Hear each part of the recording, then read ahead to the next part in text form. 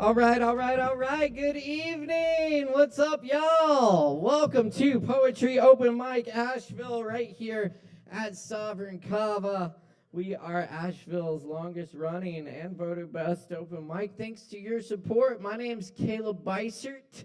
It's a pleasure to be with you tonight. I am the founding host emeritus, if you will. And I'm happy to be back tonight because we have a special featured poet joining us this evening. We're very excited for. We're going to get to that in just a minute. Yes, Stevie Edwards, that's right. You're in the right place. Just a few quick announcements. Make sure to grab some drinks, support Sovereign Kava, which brings you this great event and many other great events every week right here, free of charge. So buy some drinks, tip your bartenders. That's just good karma. And, get comfortable, enjoy the show. Also, this week we have our Django Jazz Jam on Thursday night, tomorrow night at 7. And Friday night's Vinyl Records night. So bring your vinyl records or choose from DJ Wolfinger's selection. And Saturday night, we have the legendary Mike Barnes trio in the house. So check that out. That's going to be a great show. All right.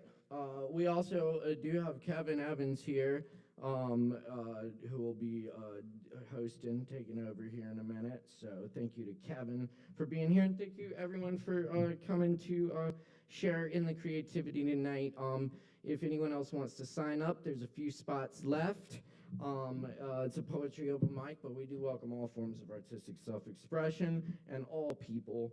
So all are welcome here. Just stay within the time limit. That's the main thing. 5-minute spots up front. We got some 10-minute spots later on. And watch the show so that way you won't miss your spot. We will move right along. And also, you'll see a really fucking awesome show. So that's a little added bonus to watch the show. All right. I'm going to get us warmed up with a couple of poems real quick. Thanks again for being here tonight at Sovereign Kava. And thanks to everyone tuning in to the live stream as well. Tonight, we're happy to be live on the Sovereign Kava channels and on IMAVL, Independent Arts and Music in Asheville. Shout out. Do leave us a comment. We'd love to hear from our viewers. And hit that subscribe button. All right. Here's a poem. This is a true story. This happened not far from here. Right here, actually. This is called Honey. When a man walks into the bar, sits down, and proceeds to cover his body in honey, until the 32-ounce bottle is empty, I kind of understand. Who among us is ever far from that man at any time? As the water from the running faucet, forgotten, overspills the mop bucket. One drop too much, one slip over the line, and you could be the one wandering off into the night, glistening, anointed, leaving honey footprints behind. All right.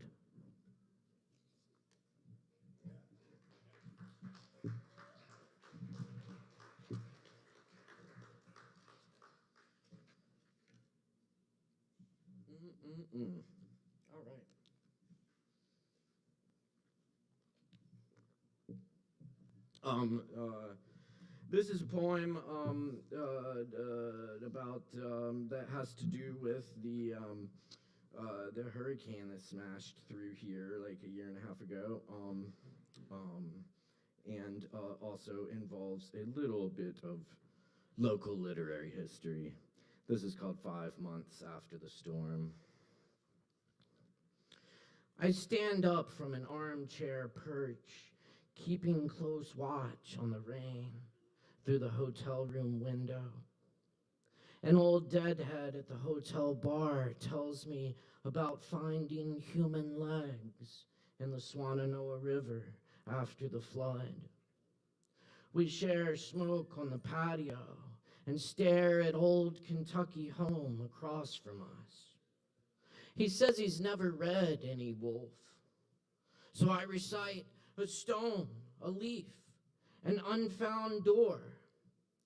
He says, man, I need to find my bed, and slips off into the FEMA hotel with the dark running up the walls and branching out along the ceilings wide, and all the floors and mirrors scrawled with illegible words.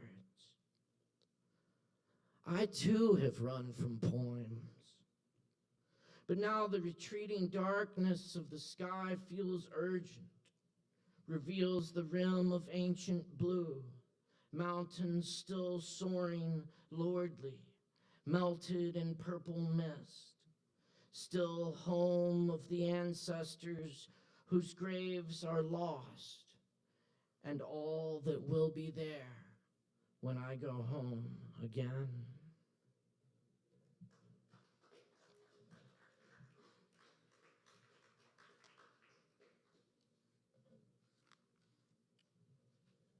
And I want to leave you with this poem by Dorian Laux from her new book, This Is in Any Event. If we are fractured like stars, bred to shine in every direction, through any dimension, billions of years since and hence. I shall not lament the human, not yet. There is something more to come. Our heart's a gold mine, not yet plumbed, an uncharted sea. Nothing is gone forever. If we came from dust and will return to dust, then we can find our way into anything.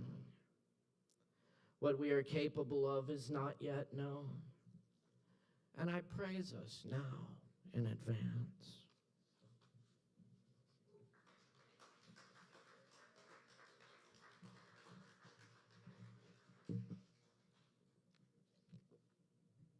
All right, y'all. So stoked to have Stevie Edwards in the house tonight. If you don't know her already, I will tell you about her. Stevie Edwards is an assistant professor at Clemson University and poetry editor of the South Carolina Review. Stevie's poems have appeared in Poetry, American Poetry Review, Tri-Quarterly, the Southern Review, and elsewhere.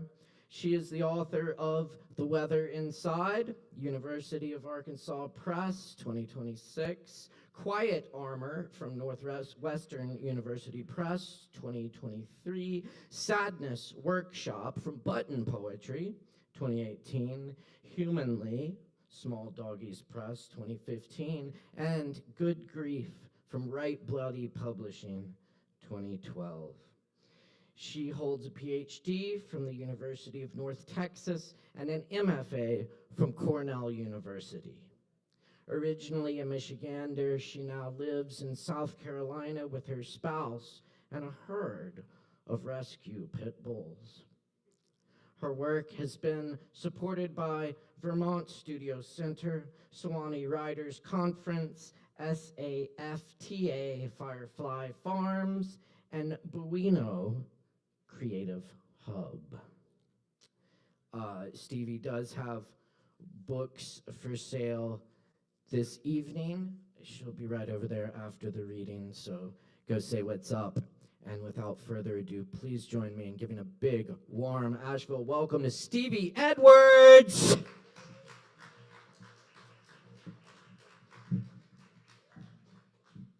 right. I'm a little shorter than Caleb. Yeah, I think so. All right. Well, thank you all for being here and for having me. I've always wanted to read in Asheville because Clemson's like 2 hours away, but it's never happened before, so I'm really happy to be here. I love this city. Okay, so I'm going to be reading from The Weather Inside, which is my newest book. It came out in March. So I'm still given readings from it. I guess, so as a warning, it's kind of a downer. The two main themes are quitting drinking but not Kava. I'm still pro Kava. Um, uh, the two main themes are quitting drinking and deciding not to have children, although I do still have some humor in some of the poems. But anyways, I'm going to start with the first poem here in the book, which is called Father's Day. I have streamlined gift giving with an efficiency the men in my family would applaud. A digital meat thermometer with Bluetooth for all the fathers in my life. My father, my father-in-law, my stepfather-in-law. My husband does not get one because he does not want to be a father, but we make love twice in the same day. We're good at it, making each other fuzzy with pleasure. I don't think two people could have been happier, Virginia Woolf wrote in her final suicide note. I think he is afraid he is my Leonard, or I am afraid he finds some joy in it, baking coffee for a woman who spends too many mornings drowning in her own mind, missing the thrill of summer unfurling outside the window. I can't blame him for not believing I'd be good at wiping asses and noses, but lately everything mamas me. The dogs say mama when I fill their bowls, and the hydrangeas say mama when I water them. My little niece asks whose mama I am, because I'm the right age and size for a mama. Toddlers clutch my legs at zoos and breweries with fenced yards for children to run while their parents drink with friends with me. It's selfish, but sometimes I look at my love's long dark lashes, his high cheekbones, and think, oh God, I need more of him. We could make something so beautiful, but we don't. All right. So this next poem is called Ode to an Affexor, which if you're not familiar with is an antidepressant. And it's kind of hard to explain. I try and explain it in the poem, but the effect it has on me is it feels like my feelings are sort of floating and I'm not experiencing them. So I was trying to capture that in this poem. Ode to Affexor.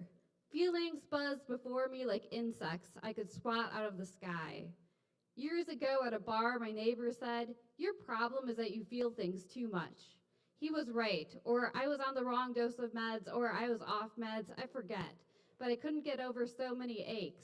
How the woman I wanted to wake next to stopped wanting to wake next to me, wouldn't say girlfriend even though I had a toothbrush in her bathroom.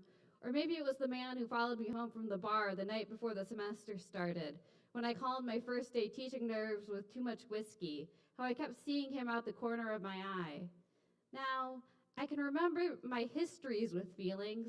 I have a long record of heartbreak and fear, but I can't feel them in that deep inner sob place which has built a fence around its edges. I cannot reach how it feels to miss a lover's messy hair in the morning. There are costs no one tells you about when they think you're going nuts, and they want to staple you into your body before you jump out of it into traffic. The cost is heaven, the cost is hell. I pay all my bills on time.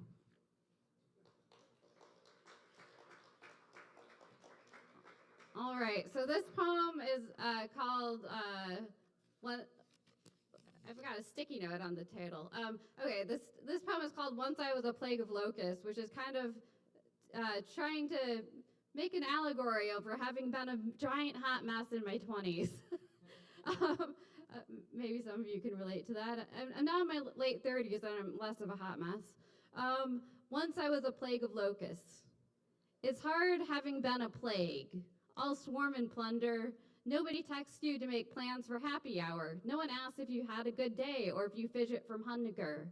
Even plagues desire company from time to time. In retirement for my status as a plague of locusts, I am now the absence of a plague of locusts. Sometimes I hear a buzzing and think friends, but it's just the memory of how I used to make music. I had a song once, and it made the crops weep, but filled me with sky. Stranger, I need you to tell me if there is forgiveness for former plagues in your system of ethics. I need you to tell me if my wings could sound beauty, not famine.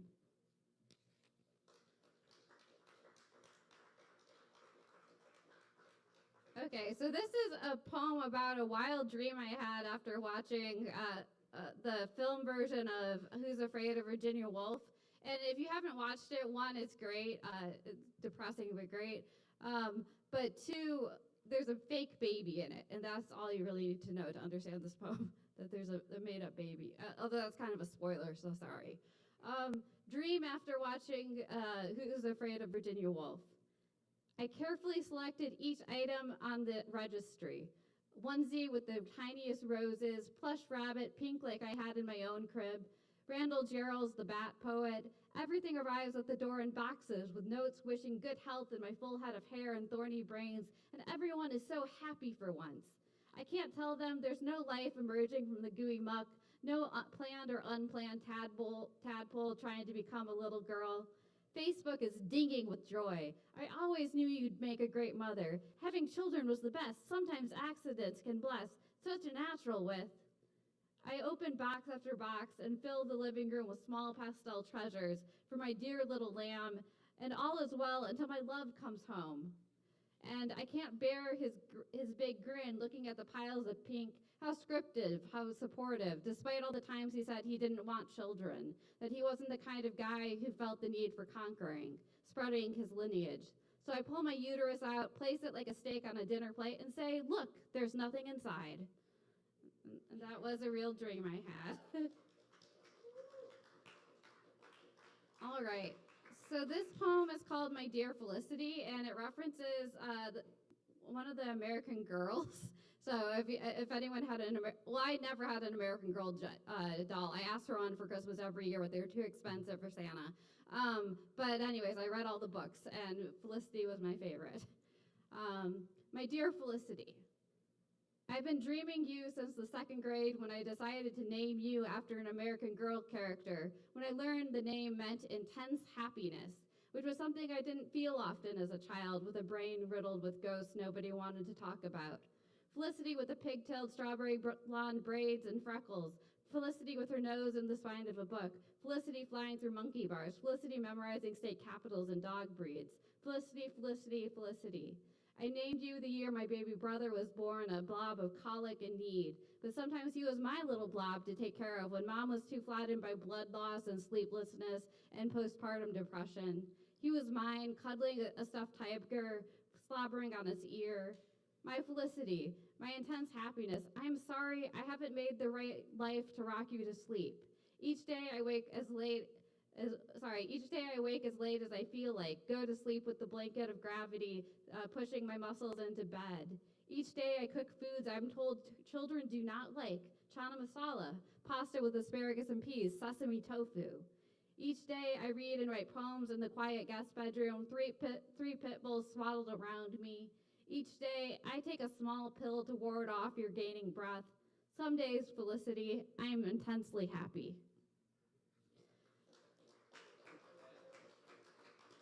All right, this next one is called Childless, if you haven't noticed the theme.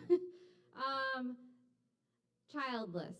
A stranger's pregnant belly plops over elastic-waisted jeans, and a wish kicks its legs inside me. I wish it would sit still.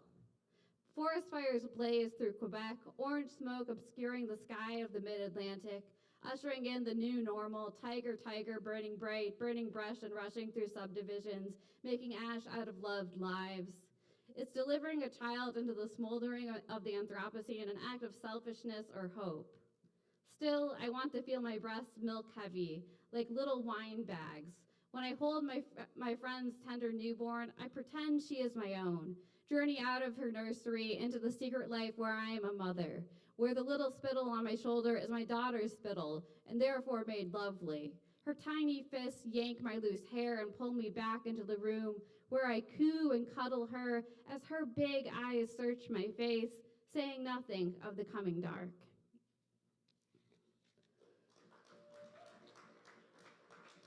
All right.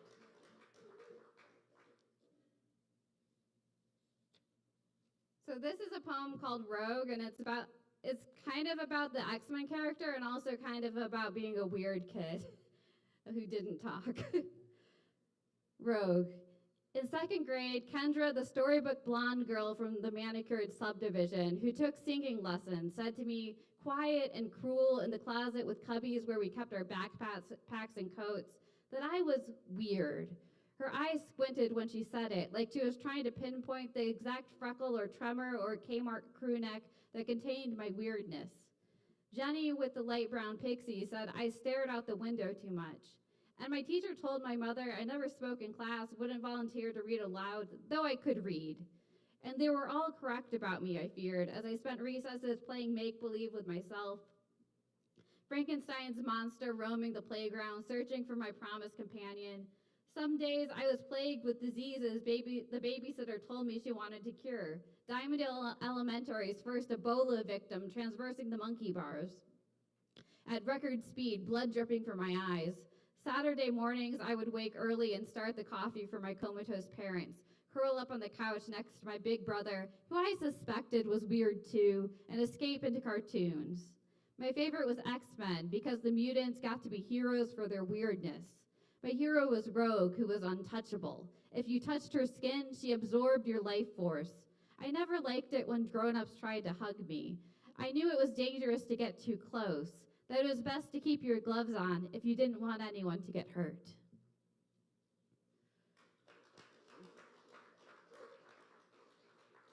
All right. Aw. Let's see. All right, so this poem is called Yes, Ma'am, and it's about, so I'm originally from Michigan, and one of the big adjustments I had to make when I first moved to the South was being called ma'am, which to me was a very old woman. And so I moved to Charleston in 2015 for a bit, and that was the first time anyone had ever called me a ma'am before. Yes, ma'am. I became a ma'am for the first time in Charleston and started wearing more sunscreen. A cashier at a fast casual restaurant, a polite young man, hurtled it across the counter with my breakfast sandwich. Would you like something to drink with that, ma'am? I was 28 and too northern to understand it meant respect. Not to point out that I had taken poor care of myself, too little water, too much coffee and cocktails, no gym membership, a lonely pink bicycle that scarcely saw the sun. Years later, I wear my ma'am card like a badge while teaching. I've tried to grow into it. A size 12 shift dress and sensible shoes with arch support. There is something freeing in not having to walk around in my girlhood and retiring from an idea of beauty that always fit uncomfortably.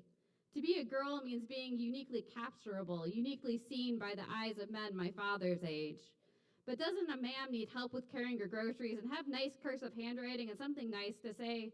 Now me, I want to transform into the meanest witch, to be all warts and cackle, as I traverse the sky on my vintage Hoover, as cruel and magical as I've earned the right to be by staying alive. All right, this next poem is called Heat Wave, and I know you can't see it on the page, but the lines kind of melt into each other, and it starts with a story my dad told me about the one time he accidentally tried acid. Heat Wave. I've spent less than 30 minutes outdoors today, and my face is melting off. I've never tried acid, but my dad told me someone slipped him some once before basketball practice, and his teammates melted into the gym floor. That is what my face looks like.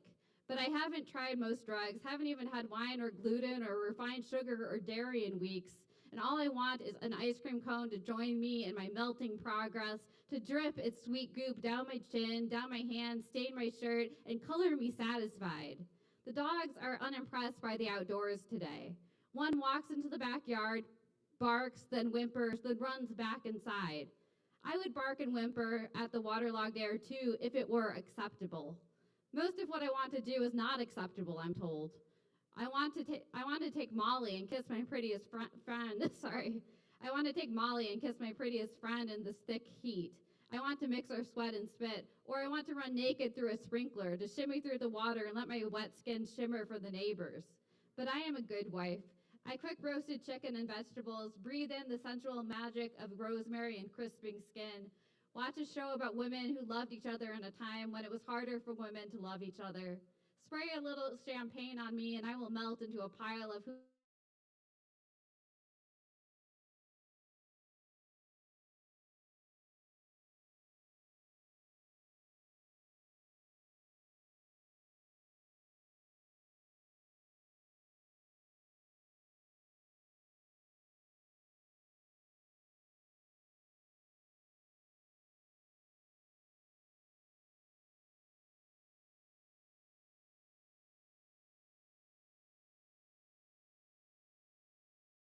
even the miraculous again. I used to believe I could talk to God. Now I believe I talk to myself too much. I'm always too much myself.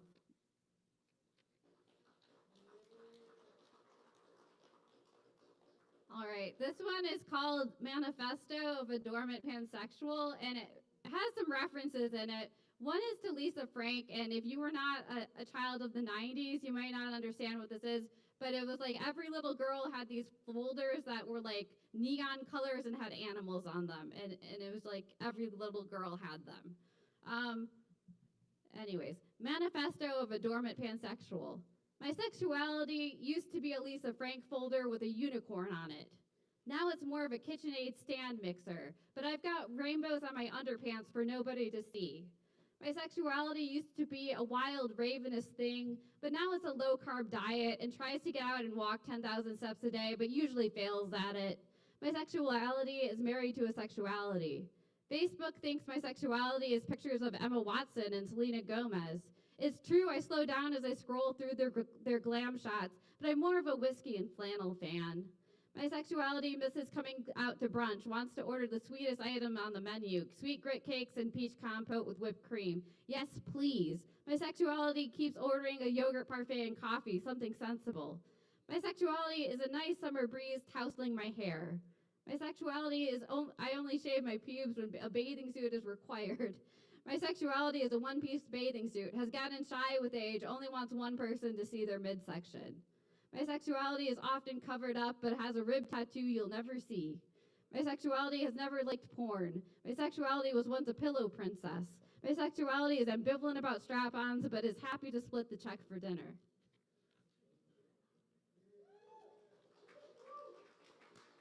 All right, changing gears up a little bit. This one's called Ode to Gardenias, which at my house just came out this week, which they're one of my favorite flowers. They smell so magical. And anyways, I was very happy that the previous homeowners put in some gardenias, actually a lot of them. So this is Ode to Gardenias to celebrate this beginning of, I guess we're still in spring, but the spring and summer I think is really beautiful here. Well, I live in South Carolina, but sort of similar weather. Ode to Gardenias. Oh, pretty honey. Oh, sweet orange and magic evening bloomer. I'm so grateful the former homeowners knew how much I might need you to intoxicate the night air in late May after a long, too long winter. I can't find the right bottle of perfume to capture what I love about you. Your fragile petals wilt nearly as soon as cut for a vase. You were never meant for the indoors, nobody's easy home decor. You're the, if you want me, comb the desk for me kind, hiding your honey musk under every blade of grass, every lawn chair. I used to be that kind. Now I'm easily found. My name signed on a mortgage and a prenup. I love how you wave your sex around in the open air, how you lust a little bit more at sunset. I am stationing myself in a hammock by your side until the sun desiccates your petals into dust. I'm told I ask too much of love, ask it to last beyond its reasonable limits. But won't you stay a little longer, sweeten the wind through summer solstice? It's possible you have discovered that this poem is not really about you. All right. Just a couple more here, and then we'll get to the open mic. So this poem's called On Gluttony, and it's about cannibalism, I guess. On gluttony. I once had a bad love who served me raviolis he'd stuffed with a bear's heart. I don't know who killed the bear, but I ate it and said it was good. What will you serve me, love? I have been known to eat entire lives for breakfast. I'm not sorry I was born with an insatiable palate, a penchant for barbecue and chocolate cake and the thick ankles of an outdoorsy man covered in the small bites of mosquitoes. Bring me your ribs slow-cooked on low, your brains poached in broth for 20 minutes. Bring me your offal and thighs, your tongue boiled and balls fried. I want to devour you whole. All right, just a couple more here. So this poem is about quitting drinking, and it's called Self-Portrait as Chrysalis. Self-Portrait as Chrysalis. And it references solo and ensemble competitions, which are competitions for music geeks. I don't know if they have them in every state, but they had them in Michigan. So it was like you competed against the music geeks at other schools. So Anyways, I was a band nerd for a lot of years. Self-portrait as Chrysalis. For my first solo and ensemble competition, I played Chrysalis by Gustave Langanoux on the clarinet and squawked my way into a red ribbon. Here I am in my new blue dress, drinking iced coffee, hearing that old song in my bones. Yes, a chrysalis is an overplayed image in poems, but hear me out. I have spent 20 years in a cocoon of alcohol wrapping around all my youth's slime and growth. I've spent 20 years waiting to see what happens when I grow up and learn to handle my liquor. It was a dark, dissolving place. First, I had to let go of my muscles, then my organs. I had to liquefy everything but the most vital, most life-supporting bits, digesting myself from the inside. And now I am breaking through the dead, rough skin that has protected me. Listen, I am all delicate wings these days, so fragile as I soar. All right, two more poems, I think. So this poem is called On Getting Paragard at 37, which if you're not familiar with that, Paragard is a copper IUD that lasts for 10 years, and I got one right after Donald Trump was elected. Not to get, well, actually to get political. Hopefully I'm allowed to do that. On Getting Paragard at 37. The tiniest metal coil winds around a plastic T inside me, releasing copper ions to make of my womb a toxic climate for sperm. You will find no home here, gentlemen. Don't take off your scuffed shoes and sink into this sagging couch. Now, the gynecologist says to check for two strings sticking out from my cervix monthly to make sure I'm still protected against motherhood. She says not to worry about my husband feeling them, that the strings are soft and lie flat against my muscled walls like damp hair, which makes me picture brushing a small girl's hair before bed, spraying the detangler so it won't hurt. I am worried about the moral arc of the universe, that it's weak and bending in too many places, too many directions. I am worried about weakness and bending and hurting. I spent a decade trying to make of this life a refuge, a house with a guest bedroom friends can stay the night in if they've had too much to drink, or the dark reaches into their bones, or they're passing by on a cross-country drive. Oh, child I'll never have but once named Felicity, I have a small room for you, but not a country. All right, and I'll end with a love poem, because I feel like, I also felt like the book needed to end with something happier. So this is the last poem of the book, which is a love poem. This is called Vows. I can't promise you this body won't sag and widen and prune. I can't promise you pots of gold at the ends of our lives or beachside mansions. I can't even promise I won't lose my shit from time to time. Sunglasses, the TV remote, even my mind. But with your heart, I will be careful and behold it like the delicate neck of a newborn. Before you, I was reckless with love. I treated love like a hot potato. I didn't want to hold on to it too long, kept tossing it away. But you're my favorite potato. I don't need any steak, not any butter or sour cream. I just need you sitting across from me each night at dinner as my skin wrinkles and grows cluttered with eyes. It's possible I've taken this metaphor too far. What I'm trying to say is that love revives me. I am living in a story that begins and ends with you. It's beautiful. Thank y'all.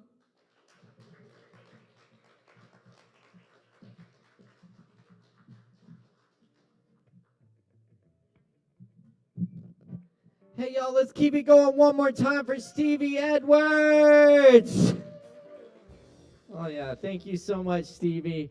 As I mentioned, Stevie will be right over there signing books. So buy a book from Stevie. As you've heard from the preview, it's awesome. So y'all buy some books and hang out. We got our open mic coming up right now, and I would like to introduce the current host, Mr. Kevin Evans. Y'all, please welcome you, Kevin Evans.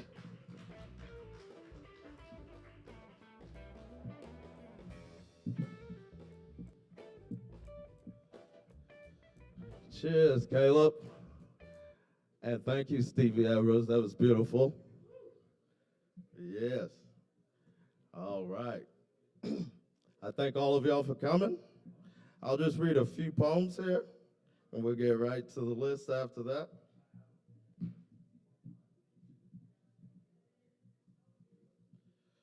Okay, this first poem is still untitled. It was written February 11th, 2022.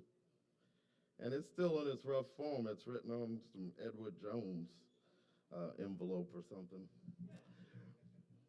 which sounds like me. Feeling and fearing all of the repercussions of a great day.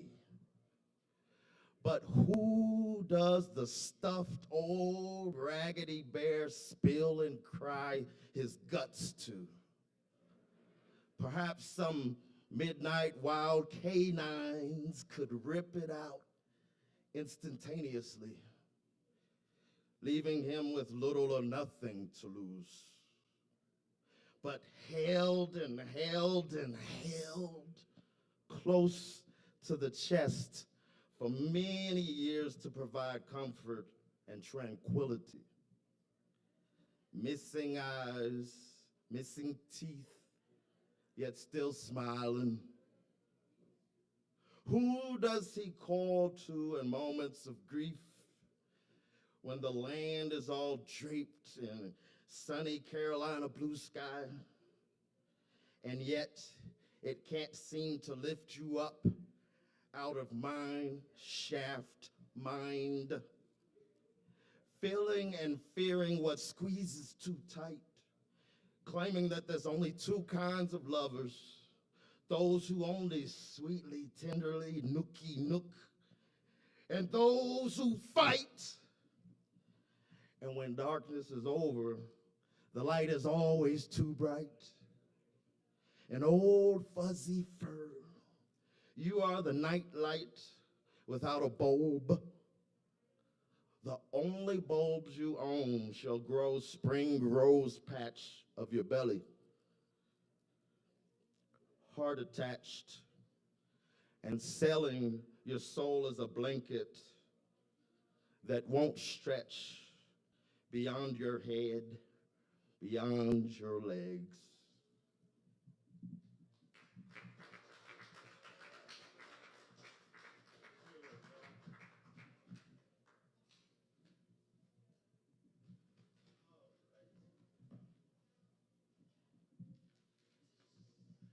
Oh, this is the one. I thought this wasn't the one. I'm reading this because it's open mic, and this is a poem that is from October 17th, 2012. It's called Selve, but it's one that I could easily get wrong, so just bear with me. Get over yourselves if there are too many of you in the way. Get over ourselves to sit on and over ourselves just to feel the same, just to spill disdain, accept and feel the gentle and harsh tone of wave as we get over ourselves to phenomenally wall cave. And so you promise we're all okay. So just to get this straight, a little thing you shot across the lake, across the way, spot my hogged, smogged space, and ask if I'm okay. As the tongue out of your brain shakes, trembled waist and woolly ever-change wake, the tongue above your breast, reaching down into left center of chest, evaporated into friendly climes as it digests all that it accepts, rejects, detests, revamps as champ with love of all folk and lands. Change and turn our colors again. Little bent, but not can't, not can't, not can't. Naughty Nottingham dams blamed for the awkward break in the time span and spaces we stand in spaces separated. In your eyes exquisite, come closer from that close, closed distance. What are they saying? I read them saying that you want to kill me and make the best of love to my carcass and spirit. The Martians are cheering in the softest of clearings, covered in dew-ridden grass, smothered in dank, plump, natural earth dungeon funk, drunk on untainted airs. Winds carrying samples of their old and gray golden hair. Yes, the Martians are cheering in the clearings, infested with fermenting seeds and dead leaves, ancient earrings, and bleaching, blanching, bradishing, busted berries, natural sweet blood injected. Enough iron to feed all of the peasants, enough iron to bleed fire of all of the whispering and raging weapons.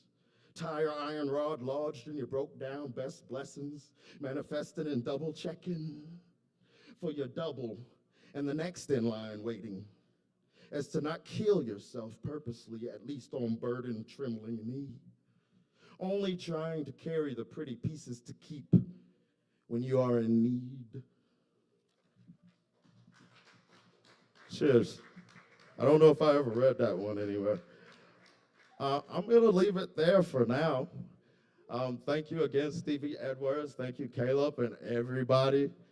Tip your bartenders. Remember, each performer gets a free double shot of Kava, so don't forget that, and please stick around, hang around, and check it out for your spot. Don't miss that. And first up on the mic, I'd like to welcome Rico. Y'all welcome Rico to the stage.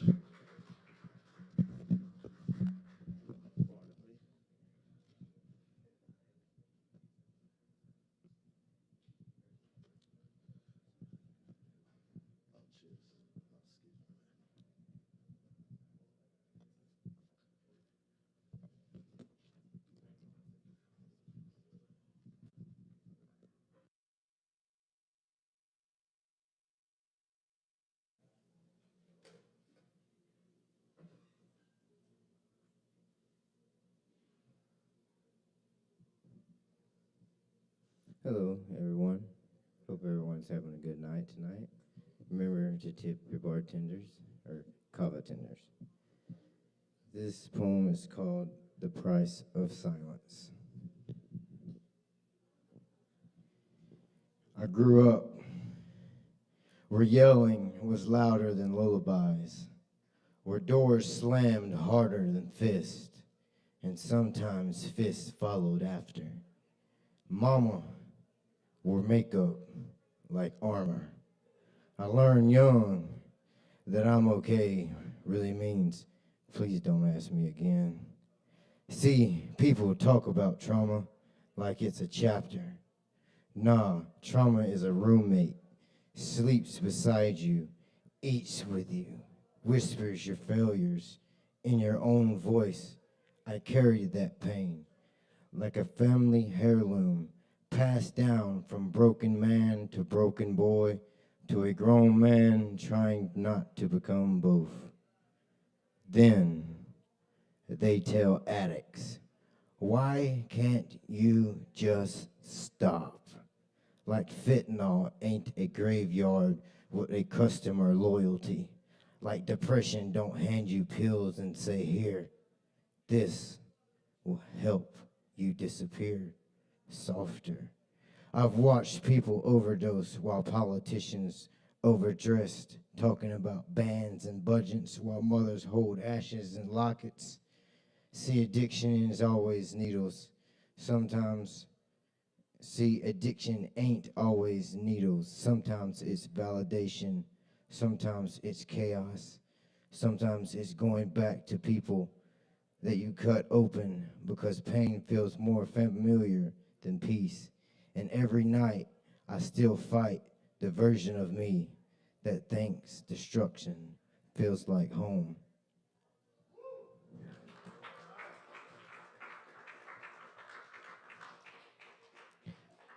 I apologize if this second one goes past the minute mark ahead of time. Modern America. Everybody's got opinion. Nobody's got conversation.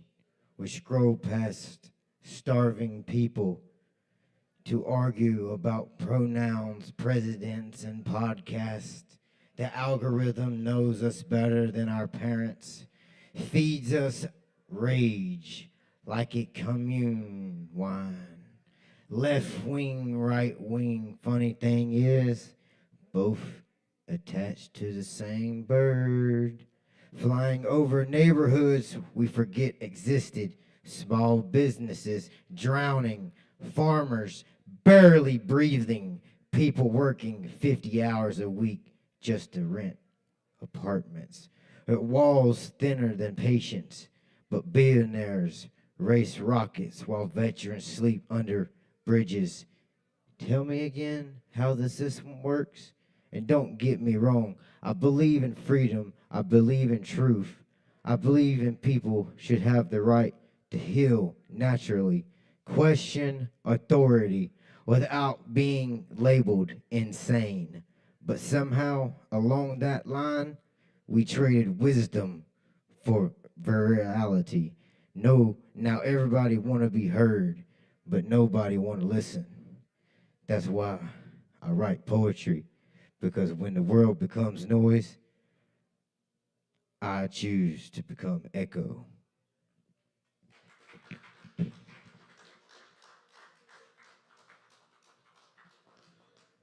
Let's keep it going for Rico and those solid words there. Powerful. Yes. And remember, we do this every Wednesday. Sign-ups about 8 o'clock. And our featured poet, Stevie Edwards, is still here, and she has a booth with some books here to the side. So y'all definitely check that out. Next up, we have Amit.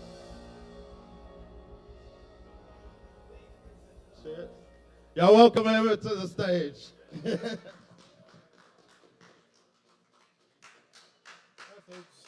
Hello there. This is one of my favorite Billy Bragg songs that somebody made into a nice fiddle rendition for me, and I was so excited when they did.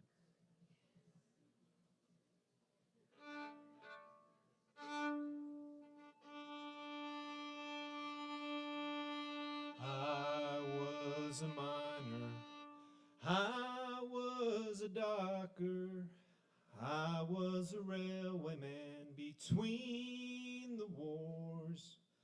I raised a family in times of austerity. We'd sweat at the foundry between the wars.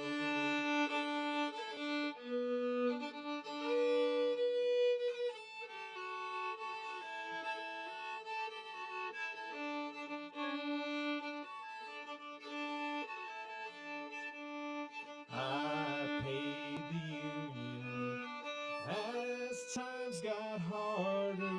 I looked to the government to help the working man. They bought prosperity down at the armory. We're arming for peace, me boys, between the wars. I kept the faith and I kept voting, not for the iron fist, but for the helping hand. Theirs is a land with a wall around it, and mine is the faith in my fellow man. Theirs is a land of hope and glory, and mine is the green fields and the factory floor. Theirs is the sky, all dark with bombers, and mine is the peace we knew between the wars.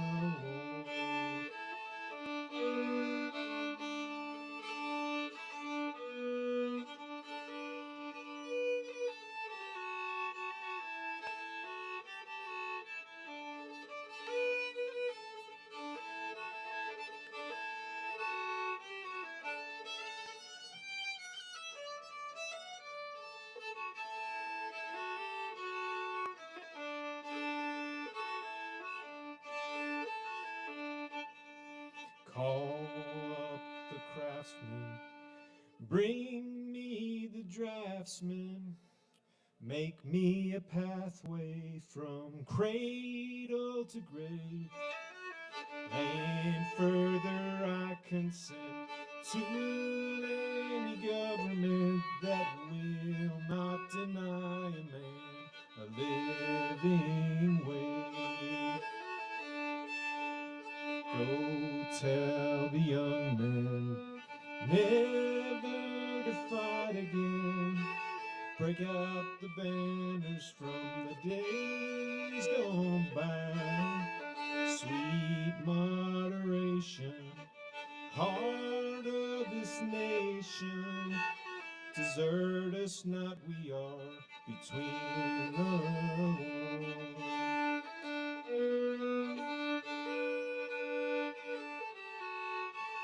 Desert us not, we are between the wars.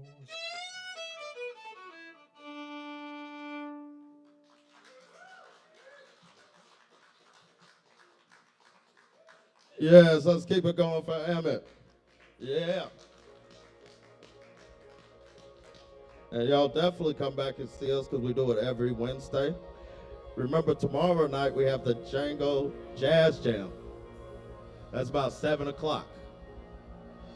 Check that out. Next up on the stage, we have Jeff. Y'all welcome Jeff to the stage.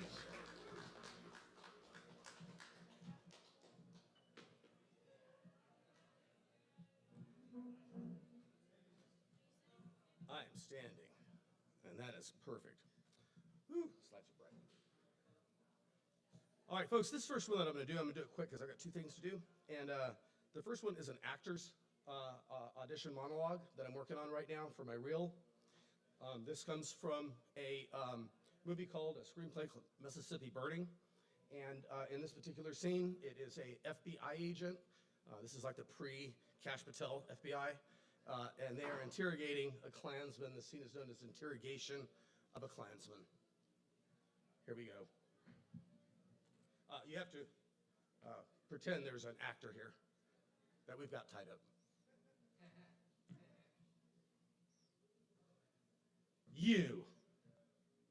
I'm going to tell you a story about a boy named Harold Wilkes who lived about 30 miles north of here. He was coming home from a date one night when 4 white boys pulled up and grabbed him. Now, he hadn't done nothing wrong, except in being a Negro. So they took him out to a cabin, kind of like this,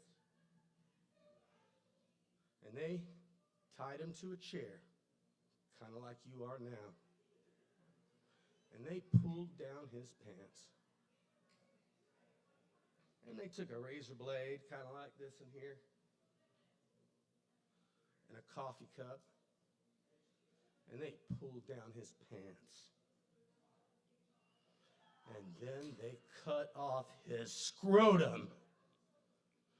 Mayor, do you realize how much you bleed when they cut off your balls? Now, Harold looked like he had been dipped in blood up to his waist when they got him to the hospital. He was barely alive, and he can barely walk now. Now, Mayor, are you going to tell us who killed them boys? Thank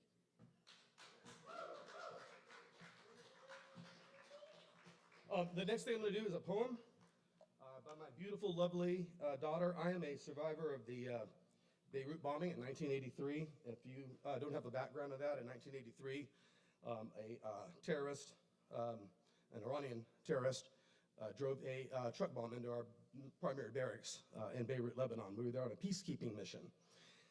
And so on our 40th anniversary, I brought my kids down to Camp Lejeune, where a lovely woman got up and spoke about her experiences in Lebanon during this time. And so from this, my daughter wrote a poem, very proud of her.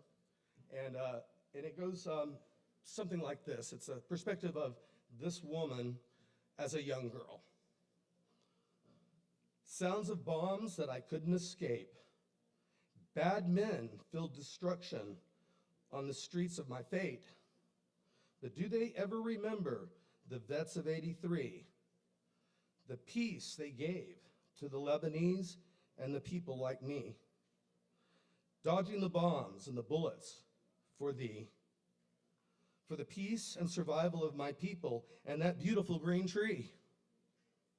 And though my whole life I'd wondered what the sky looked like in my new land, I stepped out of my house and I felt my feet in the sand. I always thought heroes could fly, but there were men in green boots and suits who were willing to die. They were my friends, and they always gave me candy and all that were there. The beauty of the red, white, and blue shined brighter than the sun's awesome glare. On a Friday morning, they walked me to school and said, "Have a good day. Keep being cool." 2 mornings later, I woke to the sound of 2 giant bombs exploding around. As ash filled the sky and powdered my hair, I then realized the soldiers were no longer there. Hezbollah claimed they had victory in terror, that they hadn't met the wrath of an aircraft carrier. But how could you claim to be a man of God if you hurt your own people and disavow the beliefs of that God?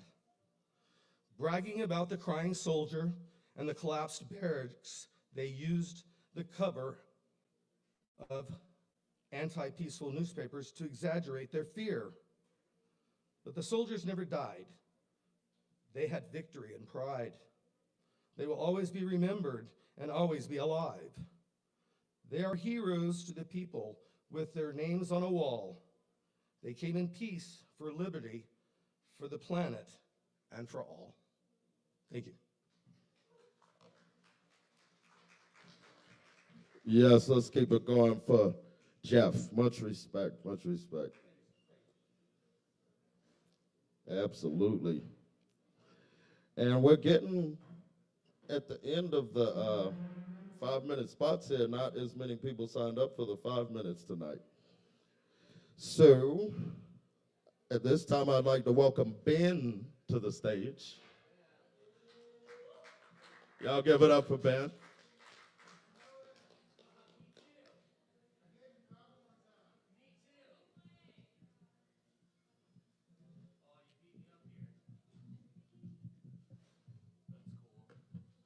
I don't need no man. I could have moved the microphone. But I guess I do. I know. I appreciate it. Hello. I'm going to read some poems. I got to practice. I got a thing coming up soon, so I'm going to read some. You probably heard them before, but I like them, so whatever. This one's called Do You Feel? Do you feel the sky is changing? I can hear it in the silence. Ever since my world got divided, where do you go if I don't love you anymore? Where do I put you if you're not who I'm broken for? You were supposed to bring the light. Now in the dark, you are my nightmare.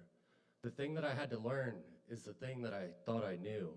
You couldn't give it to me, even though it's all that really matters in the end. It's taking me over, and neither of us won. That one was kind of cheesy, so I know. It's okay. It's not going to be like that. This one's called Women Don't Pretend.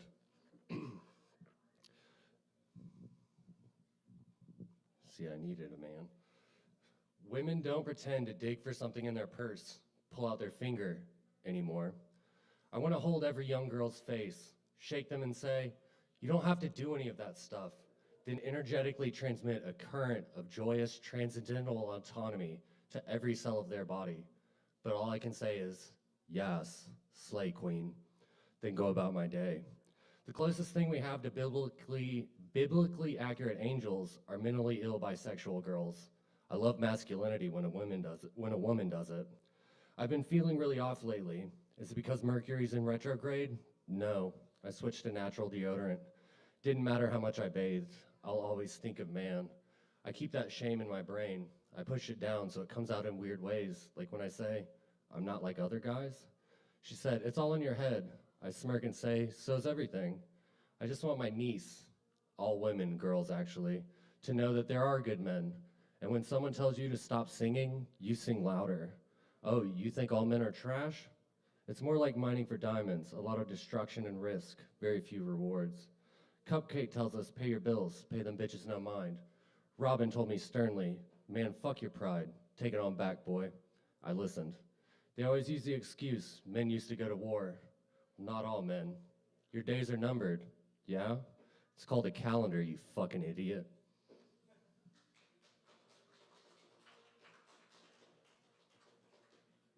Oh, thank you. This one's called Last Night. Last night I saw a weeping willow tree leaning down, sadly staring at the water, trying to touch its face, fingers gently dancing on the always moving, glowing waters. I'm trying violently to be still, sharp as a needle, full of despair. I walked through fire, I walked through rain, nothing could faze me. I burned down again. Took my ashes, the spit of my words left to say, painted my face sacredly. I won't back down, I've got to fight it all my life. Voices echo in the valleys of my soul. Some say my heart is beautiful, but my love is breakable, a glass heart full of diamonds. The pieces flash the colors of my soul, always scattered all over the place. Everything is still beautiful. I don't want them to see what I'm made of. I only keep a picture of me on my phone so I don't forget my face. I only ordered a whiskey so I don't forget how my words taste. My fears tell me I'll never win. I'll let me turn around, but the ghost of mine can't walk away. I thought I knew, but I don't know how to be alone with only myself and me.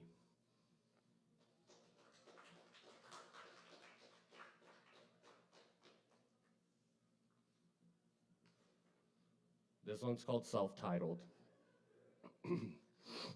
My illness is the Human Torch fighting that white guy from the Throne Games for control over a cup of water.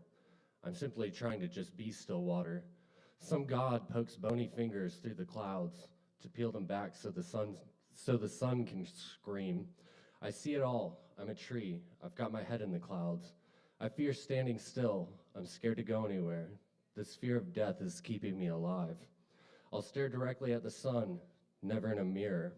I could plead. I could say, it's never going to get any better than this. Tell myself to leave. There's so much more hidden deep in these bones. I pick the skeleton flower. I say what I want to say. It explodes, wishes with my breath. Life is a wonder. This illness is also cruel. The most complicated, simple feeling is all that really matters in the end.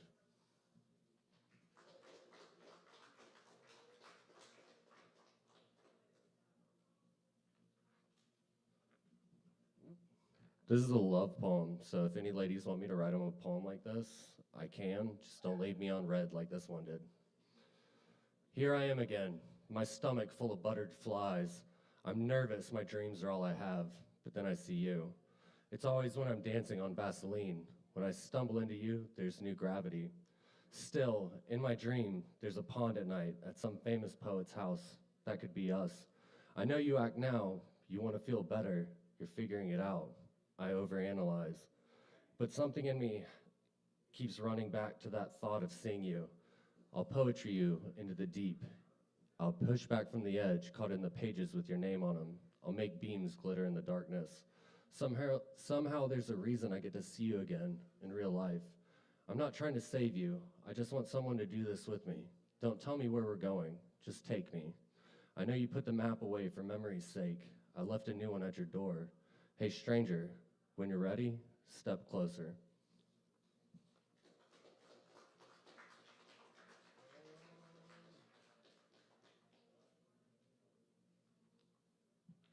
Shout out Tim. I am, as the poets say, a mess. Did you see that ray of light I sent you? Loneliness is still time spent with the world. You said whatever needed to be said has already been said by the Goo Goo Dolls. It is possible to survive this, not unaltered.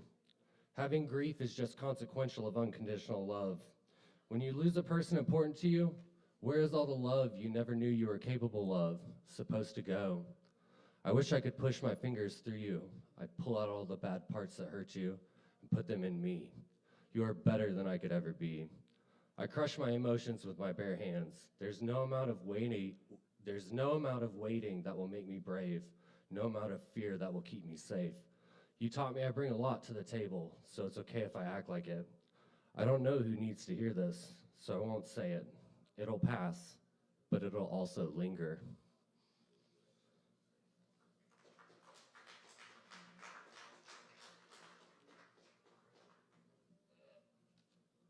I'll finish with this one.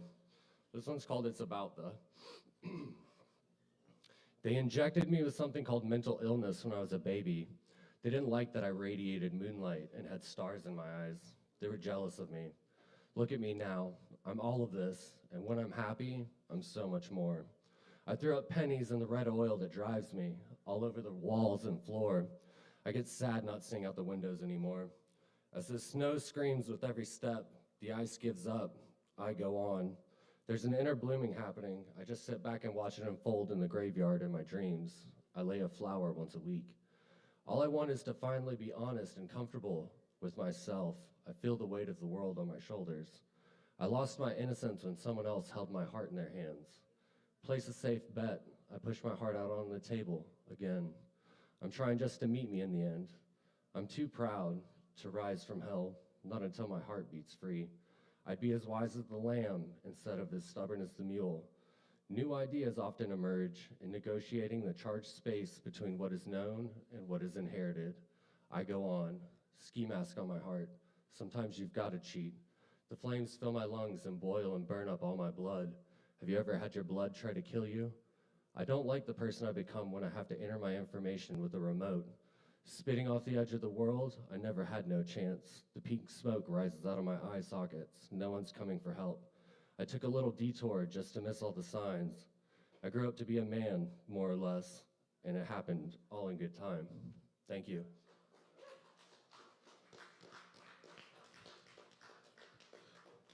That's Ben, y'all. Let's keep it going for Ben. Thank you. Hell yeah. Is Starlina on deck? Is Starlina ready? I see you. Okay. Y'all welcome Starlina to the stage.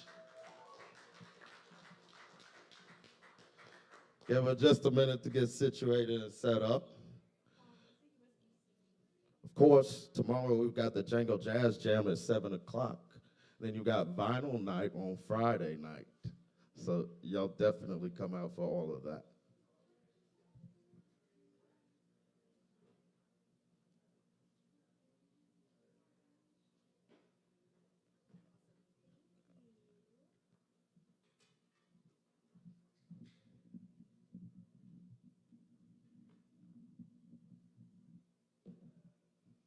Hi, people. I'm Starlina. I have one poem that I just wrote in that chair over there, and I have two songs this evening. So, this is called Pretty Girls Holding Hands. Pretty girls holding hands, I've never been one of them. They live in my phone, they're my friends, they're in porn, but not in my home. I've been single for 25 years. I thought solitude to be my story. Then I had a kiss of intimacy and it wrecked me, and now she's gone. It's freeing to admit that I'm lonely. I pay $1,500 a month for this beautiful apartment. Do you love it? I asked my 7th Hinge date of the year. Did she ghost me or did I ghost her? It's becoming a blur, I fear. Pretty girls holding hands, I serve them at my table. They've been together 22 years, they told me. Love's worth waiting for, if you're able. So I go home alone again, callous feet and unfulfilled plans. I try to be thankful for me and my 2 solid friends, but all I can think about is pretty girls holding hands, pretty girls holding hands, pretty girls holding hands, pretty girls holding hands. Thank you.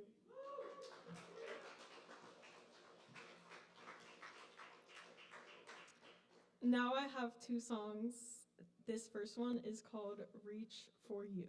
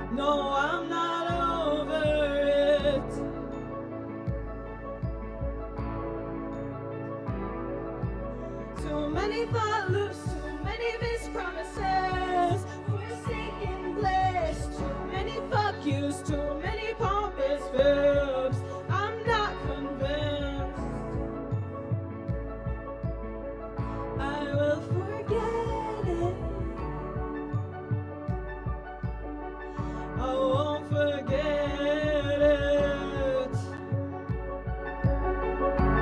Our days with you,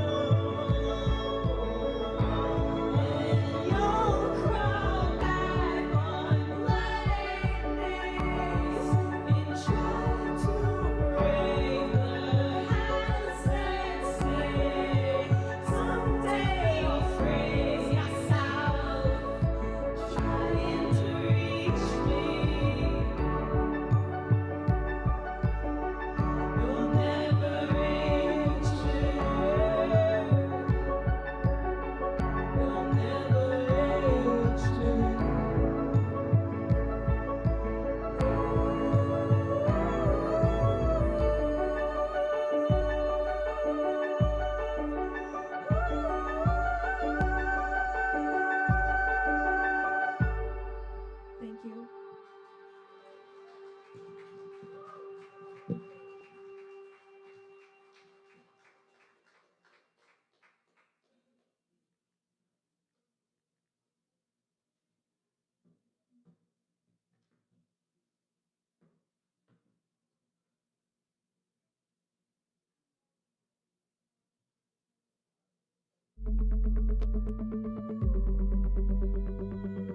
This is Grab My Stuff.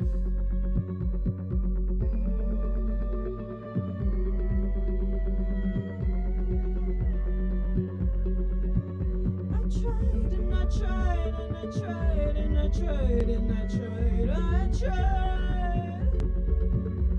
tried and I tried and I tried and I tried and I tried. I tried.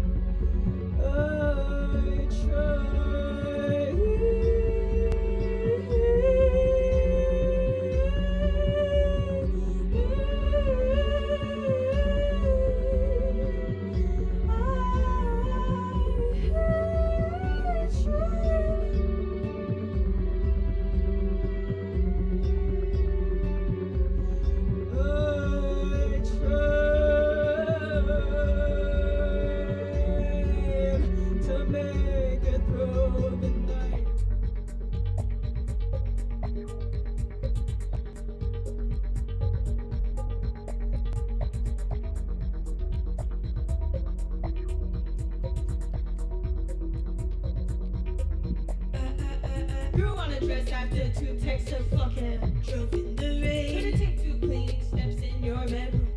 Damn, you're all this shit. You said I was fine and you'll feel better soon. I forgot my name. I haven't learned my lesson. I'm a fool.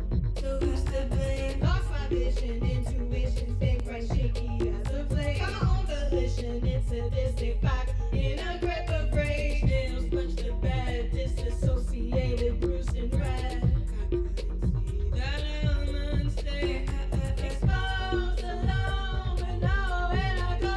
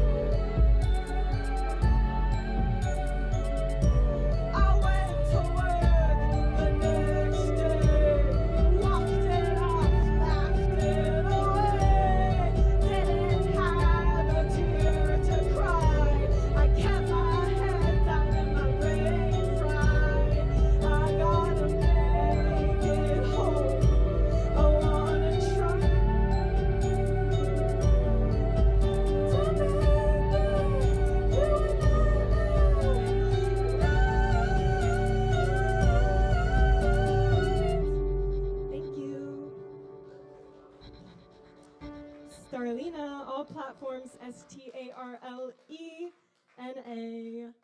I produce, write, do everything by myself. Thank you. Yeah, Starlena, y'all. Let's keep it going for Starlena. Bringing the poetry, the music, performance art. Yes, yes. All right, y'all.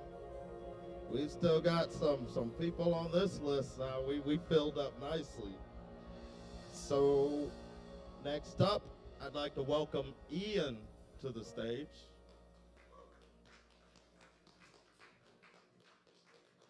You give Ian just a second to get set up here. But meanwhile, don't forget, on Saturday, we've got Mike Rose Fellowship at 8 p.m. this Saturday, the 16th. Of course, Vinyl Night is Friday at 8 p.m. Bring in your records and all that good stuff. Give you some good spins there. And on the 14th, tomorrow night, we've got the Django Jazz Jam, 7 p.m.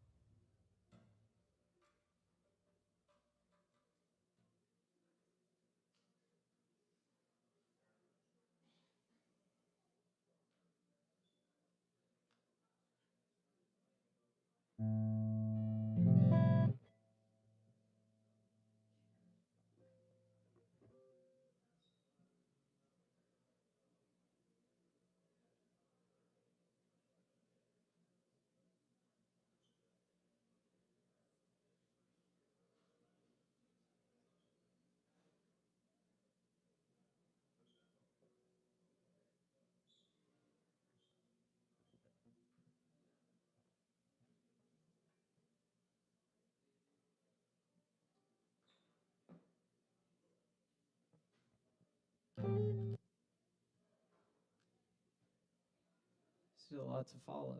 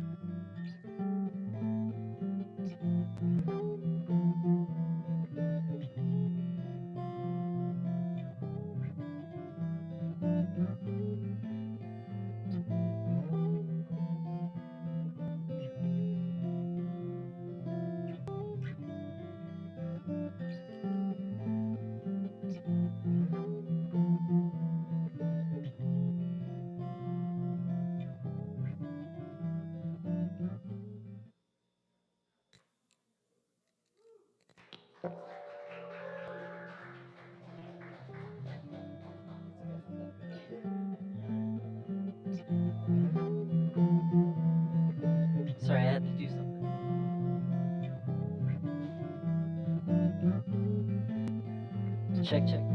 Okay, it works. All right. This is called Your Lizard Hair.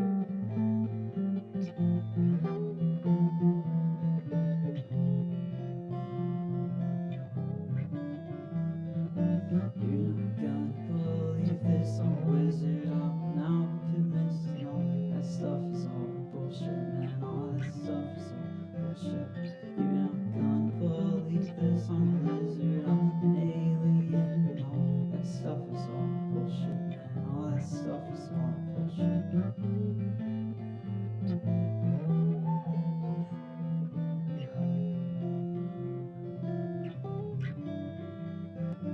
Walls don't keep the ghosts out like they used to. It's been getting harder to ignore.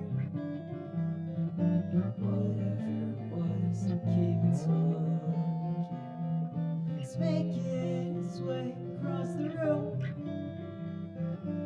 I don't want a body like I used to, made of bread for you to rip apart. I know you met with my maker, 'cause you wanna sell in my blood.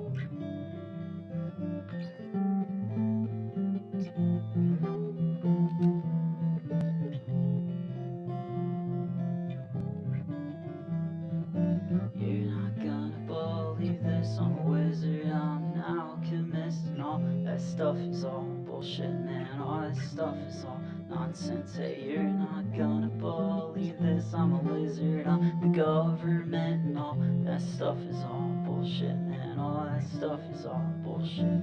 You're not gonna believe this, I'm a wizard, I'm an alchemist, and all that stuff is all bullshit, man, all that stuff is all nonsense. Hey, you're not gonna believe this, I'm a lizard, I'm the government, and all that stuff is all bullshit, man, all that stuff is all bullshit. You're not gonna believe this, I'm a wizard, I'm an alchemist, and all that stuff is all bullshit, man, all that stuff is all nonsense. Hey, you're not gonna believe this, I'm a lizard, I'm the government, and all that stuff is all bullshit, man, all that stuff is all bullshit. You're not gonna believe this, I'm a wizard, I'm an alchemist, and all that stuff is all bullshit, man, all that stuff is all nonsense. Hey, you're not gonna believe this, I'm a lizard, I'm the government, and all that stuff is all bullshit, man, all that stuff is all bullshit. You're not gonna believe this, I'm a wizard, I'm an alchemist, and all that stuff is all bullshit, man, all that stuff is all nonsense. Hey, you're not gonna believe this, I'm a lizard, I'm the bullshit, man, all that stuff is all bullshit. Thanks. All right, one more. This is called Every Old Sock Finds an Old Shoe. Here. Oh, I have to plug the guitar back.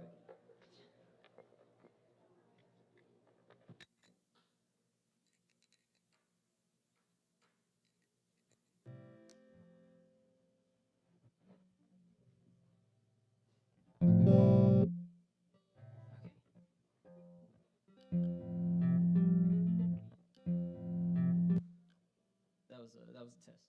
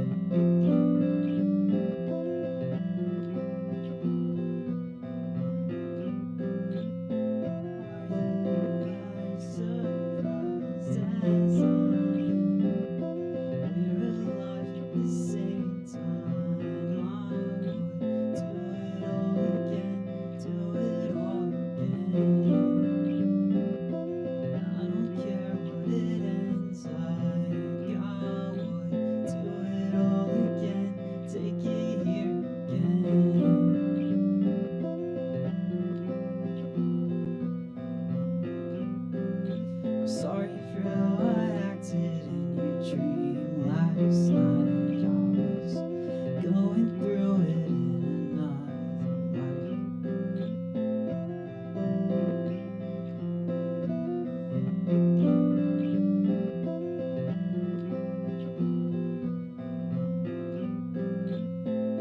You look at me like the sunrise. Let's go do it all again.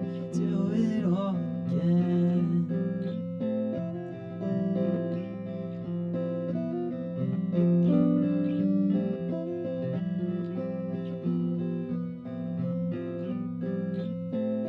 I hope we die at the same time. We could do it all again. Do it all again.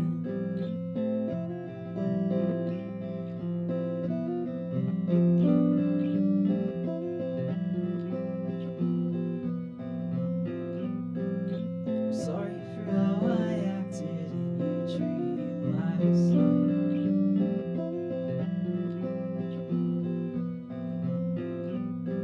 I'm sorry for all those times I kept you up all night.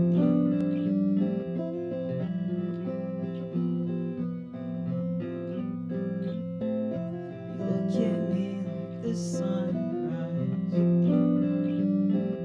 and I feel just like the sunlight. Have you ever felt like if we don't die at the same time, I will find you somewhere else, do it all again.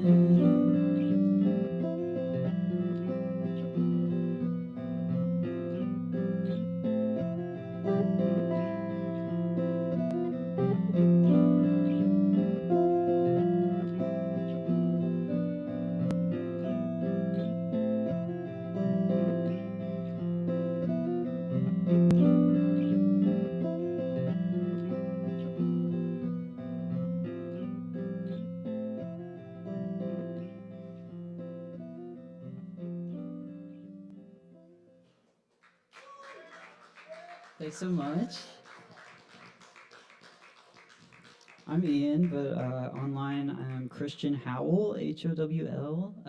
I would love it if you found my Bandcamp. It only has 8 followers, so thanks so much. All right, y'all. Ian, let's keep it going for Ian's, a.k.a. Christian Howe. Hell yeah. And of course, as always here at Poetry Open Mic Asheville, we welcome all forms of artistic expression. And I appreciate y'all coming out. And I thank Stevie Edwards once again. And by the way, speaking of Stevie's, it's Stevie Wonder's birthday. I forget how old he is, but happy birthday, Stevie Wonder. All right, y'all. Next up, we've got Justin Blackburn, but give Ian just a second to clear the stage here. But of course, tomorrow we've got the Django Jazz Jam, so y'all be sure to check that out.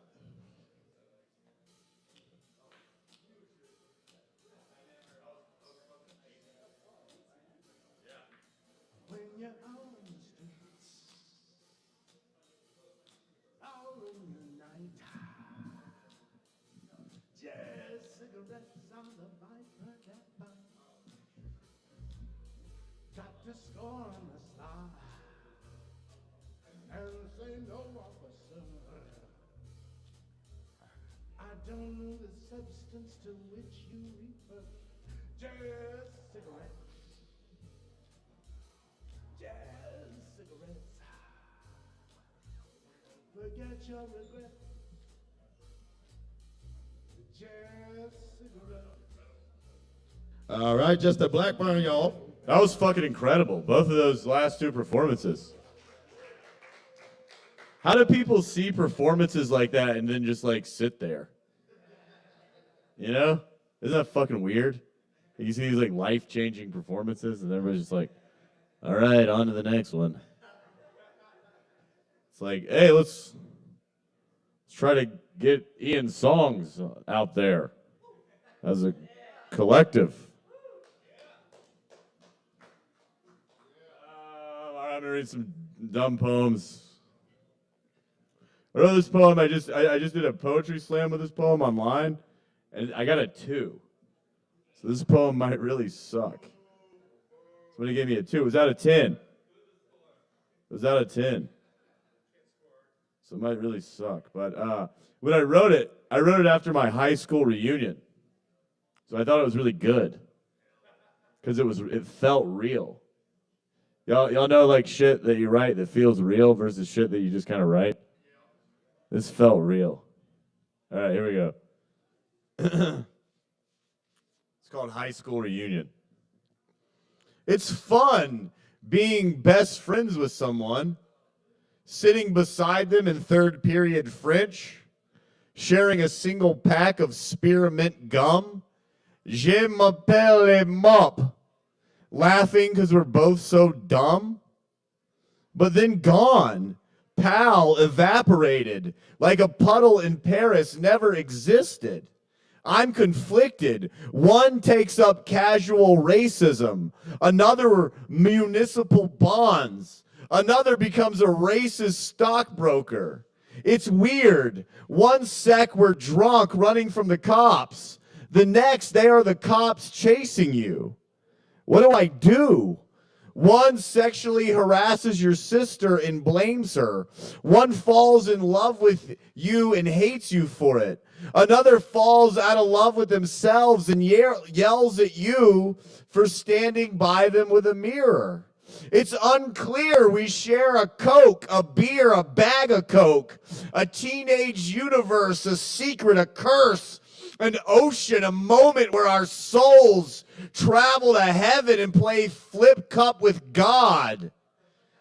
I see them years later and it's odd, as if the infinite light connecting our lives didn't pour through our bloodstreams at the exact same time into the eternal river of well-being, sparking the laughter that created memory. It's heavy. I had a lover. We literally became each other. Then later, they are the stranger in the grocery aisle. Hey, is that still your smile? Are you not the one who revealed your pain in the rain made of sand through my hands on a beach when I was a child? It's a strange piece of physics. Every mirror reflected, now out of reach. Every second lingering to teach a lesson I never had to learn in the first place if I just kept the connection to where our hearts first embrace inside the space. Instead, these past energies become ghosts, stuck in our throats, haunting us day and night, locked behind corporate codes until our own hearts attack us and our bodies explode. I don't really have a good ending for it, but this is what I got. It's immeasurable how you can become best friends with another. Miraculous being someone's lover. So here is a wave from across a crowded classroom to the kids I used to be.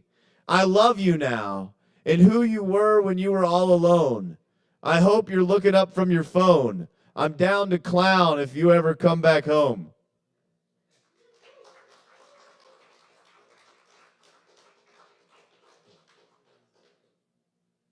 I'm part of the slam team. It's called the Beast of the Mountain. I think it's a pretty stupid name, but somebody really likes it on the team. And we do a slam here. I don't know if we're gonna do one next month because we're gonna be in Southern Fried. We're doing a Southern Fried tournament, so it'll be in July. And this is my slam poem. I'm gonna try to memorize for it. It's called I Love Myself, Bad at Sex. I love myself. Bad at sex, coming quick. Insecure, insulted right where it hurts. Shame all in my dick, can't get it up.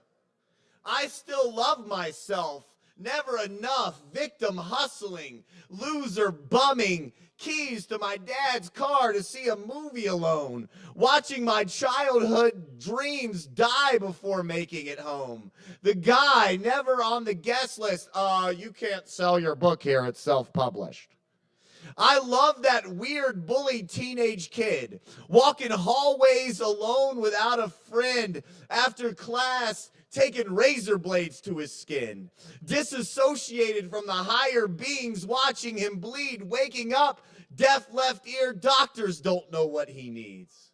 I love that fool, his heart too big to pretend to be cool, the valedictorian of summer school. He had teachers screaming, drawing outside the lines. Cheating on tests, he's still not getting the answers right. I love myself embarrassing my mom at the grocery store, singing Balamos with Enrique. Frozen food aisle dance floor, you drive me insane, she says. I know you've had me locked in an asylum before. Laughing at my father's anger, tiptoeing around his rage, his tears running down my face, leaving the top off the toothpaste. I love my life more than the intrusive thought screaming, jump, kill yourself, die. Worst case scenario fears streaming across my mind. I take accountability, but don't make it my identity when they diagnose me with their disorders. When they locked me in a mental institution, it was for being my own biggest supporter. I love myself while bombing at comedy shows. Oh, they're not laughing because I'm not funny. I'm an asshole. Searching my straight white male privilege for empathy in a fucking soul. Oh my, who's that sexy guy? Overweight, overeaten. Skipping salad for the cheese fries, calling people out, up, hypocrite, talking shit, telling lies, long hair and ugly. Socks and sandals begging you to judge me, unmotivated, undisciplined, unorganized. I love myself even when it feels like the outside world doesn't. When my girlfriend leaves me for my cousin, I remain open to learning me even deeper, smiling at the mirror, buzzing, saying, he's a keeper. I love myself. How else can I confront my goddamn shadow? Keep that fucking darkness within me in check if I don't keep it close. Hemorrhoids sticking out my asshole, souls out my heart. A spiritual gaslighter pulling all-nighters to make this self-aggrandizing, mediocre, cringy-ass art that knows loving every broken part is how the healing starts.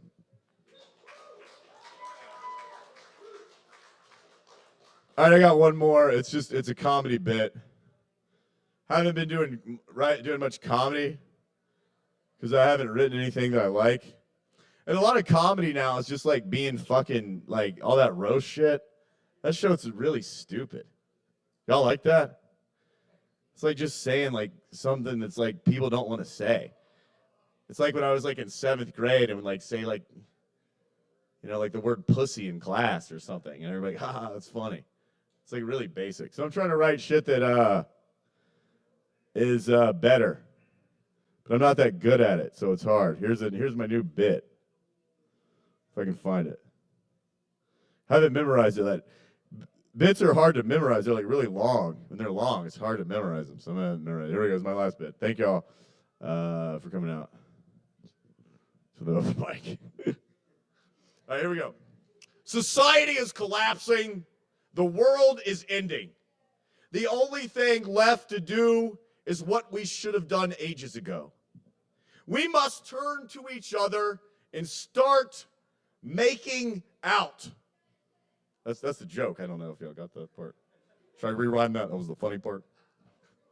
Let's really go down swinging against these goddamn lizard demons. Let me be clear. Let me be clear. We will not be out there with flowers in our hair talking about vibes. This is strategic, not some free-loving hippie bullshit. This is a military operation. There are rules. Number 1, no sex. We don't need any more procreating. Number 2, everyone remains clothed. Nothing below the belt, no hanky-panky there. The logistics of when to unbutton, way too stressful for an apocalypse. Number 3, absolutely zero coming. We can't be out there in the rubble ejaculating, then contemplating, what am I doing with my life, man? Why am I such a neglectful uncle? We need hyper focus.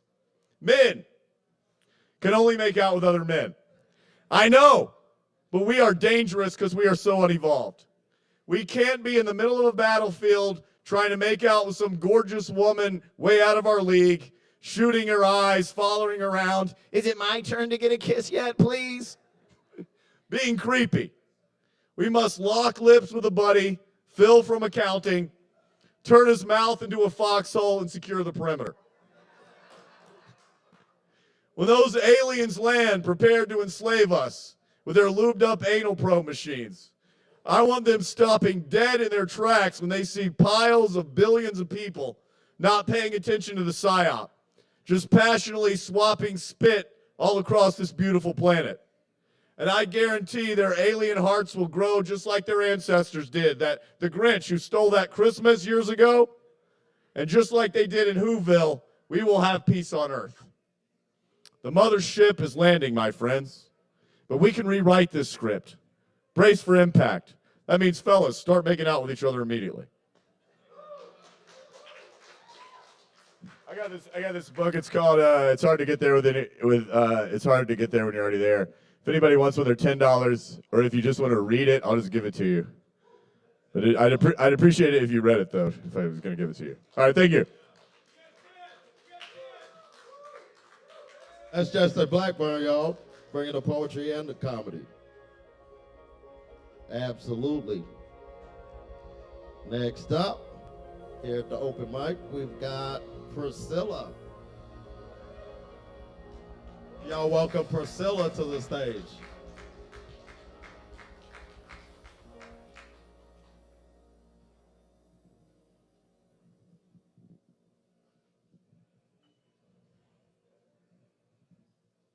The mic never feels quite right. I have a few pieces of poetry for you. I was thinking about the state of the nation the other day in the sauna, and I wrote a poem about it. This is called Turtle Island. I'm afraid, and I think that's what they wanted. I don't trust the government, or the scientists, or the doctors, or the news, or the pigeons, or the weather, or myself. I'm afraid that one day they'll ban all the books and arrest us for dancing here on Turtle Island. They charge us a lot just to exist. Every single medical bill can go fuck itself right between the outstanding balances, and the sun would still rise tomorrow. As far as I'm concerned, they mean nothing.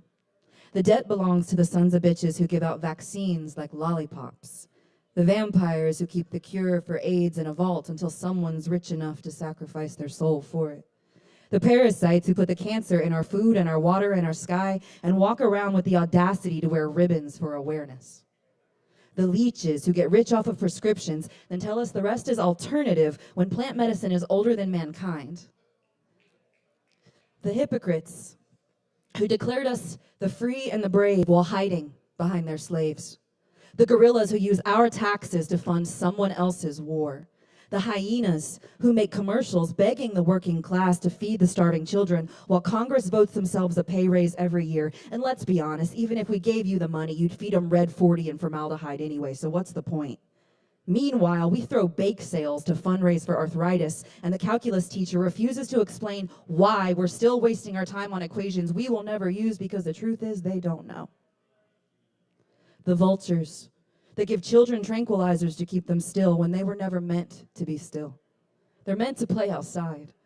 And not just for 30 minutes, and not just when you decide, but as a priority. We're meant to prioritize our well-being.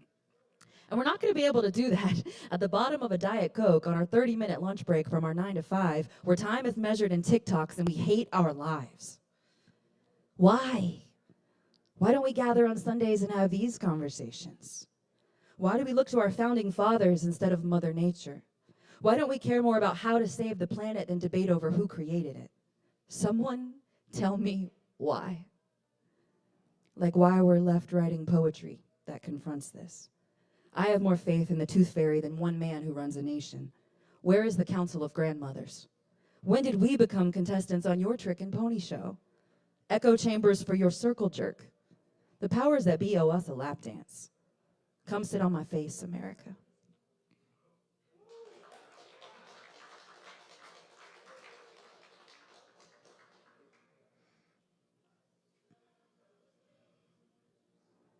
And this is a funny little ditty I wrote the other day at the gas station.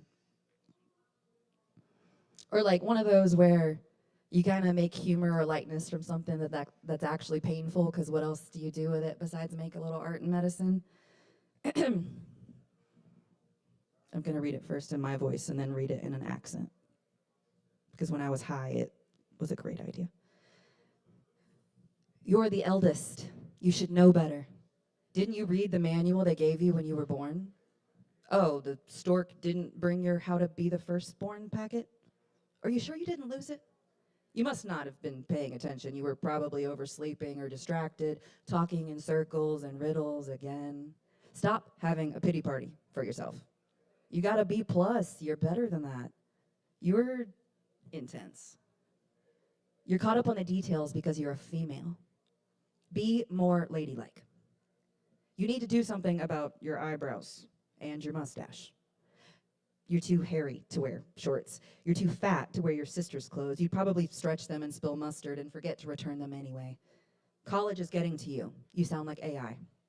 Dumb it down, but don't talk down to them.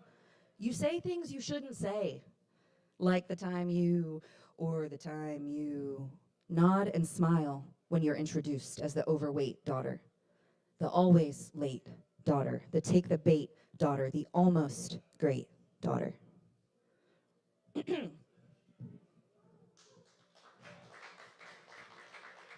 And for some reason, it hurts a little less when I read it in this voice, so I'm going to do that now.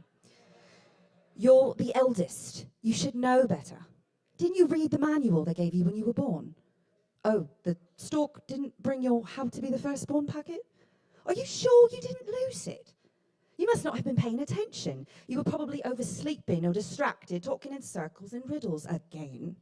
Stop having a pity party for yourself. You got a B+. You're better than that. You're intense. You're caught up on the details because you're a female. Be more ladylike. You need to do something about your eyebrows and your mustache. You're too hairy to wear shorts. You're too fat to wear your sister's clothes. You probably stretch them and spill mustard and forget to return them anyway. College is getting to you. You sound like artificial intelligence. Dumb it down, but don't talk down to them. You say things you shouldn't say. Like the time you nod and smile when you're introduced as the overweight daughter, the always late daughter, the take the bait daughter, the almost great daughter.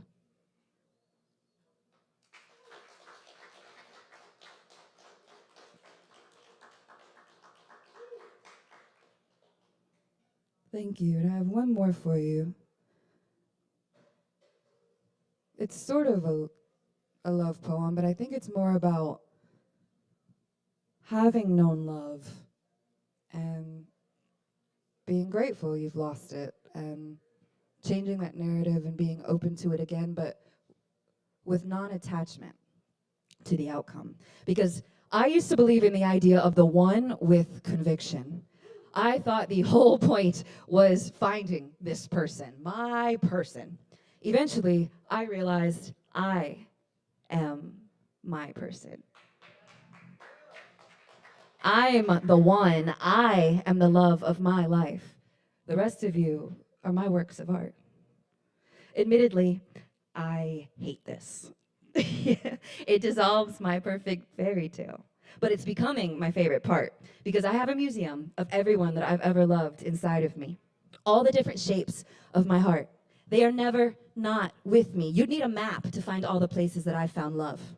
And in a way, they're all the one. There's the one who gave you your first kiss, the one you went to prom with, the one you gave your virginity to, The one who got away. The one who changed your diet and your religion and your wardrobe. The one who couldn't change. The one you almost married but didn't. The one who helped you feel something again. You see, in my relationships, I've always been the one writing poetry. It's my turn to let someone write about me. I am easily a paragraph, an epic essay, an award-winning script, a novel that deserves to be devoured. And I've always wanted to love another writer. I'm becoming ready. So if time with you feels qualitative, I will linger in it. If you're walking your talk, make me laugh and hug like you mean it, I might just let you buy me breakfast. If there are signs you're someone I'm supposed to meet, someone I can't not care about, I'll be curious about that. I'll be motivated by it. I'll be fascinated with your soul. I will explore how your mind works and how your hand feels in mine, and I will look forward to the next thing that you're going to say until something feels familiar and we pull the trigger. And I'll ask you, do you feel it too? Do I remind you of her? Do you remind me of him? Is it our patterns? Maybe that's how soulmates work. They're like puzzle pieces, you see. Each of them complete the masterpiece that is me. The edges are where you and I become we. And it's a privilege to be a part of your tapestry. So perhaps we all remind each other of each other in some way. And if we're all just walking each other home, this part of the journey feels like hopscotch. I cherish the impermanence of chalk. I can suck the gold out of an Easter egg and not wonder if the chicken came first. I'm preoccupied with the present moment. I want the level of emotional maturity that inspires me to balance a checkbook while hula hooping. I want the level of consistency that makes us feel safe enough to discuss all the things we disagree about while we take turns pushing each other on the swings. I want the level of chemistry that mind fucks me before I let you remove a stitch of clothing. I want the level of depth that demands we throw a tea party for our wounded inner children, because being in love feels a lot like being a child again. Despite saying a lot, it will actually be hard to describe the feeling, but hear me out. I will paint it in watercolors. You'd like that, wouldn't you? The way we'd all like to be seen. But I was thinking, if I articulate it with watercolors, I could hold the paper up to the light and show you. I could show you what comes through. I could show you that the sun doesn't know how bright it is. Like how being loved is getting to see yourself through someone else's eyes. So when I love again, I won't spend it analyzing whether or not they're the one. I don't need them to be. When I love again, I will love like I've never done this before.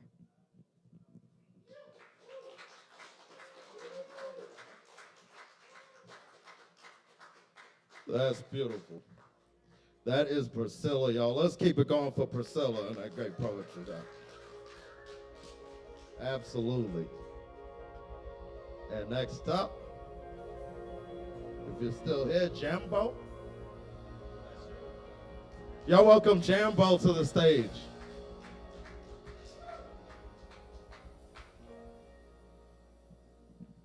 Thank you.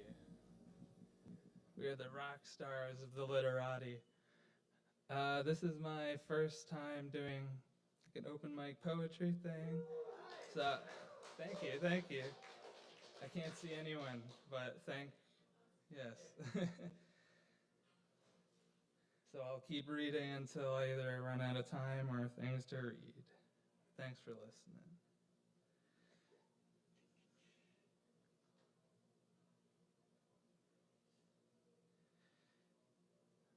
Okay, this one's called My Friend Jim.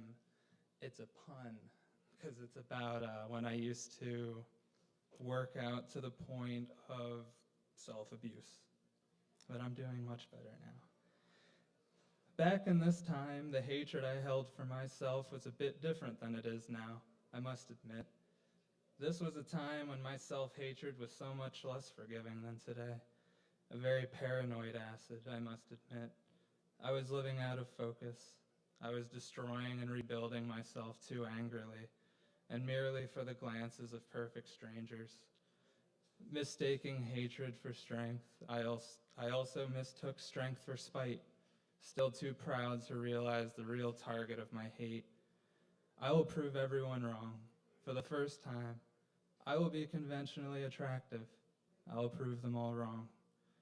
They would not care, probably not even notice. but I didn't care. I probably didn't even notice. During these long, wasted hours of socially accepted self-harm, all there was to do was to just look around. So that's exactly what I would do. I would look across a vast sea of machines using machines, running without moving toward anything, riding little bikes that wouldn't take them anywhere.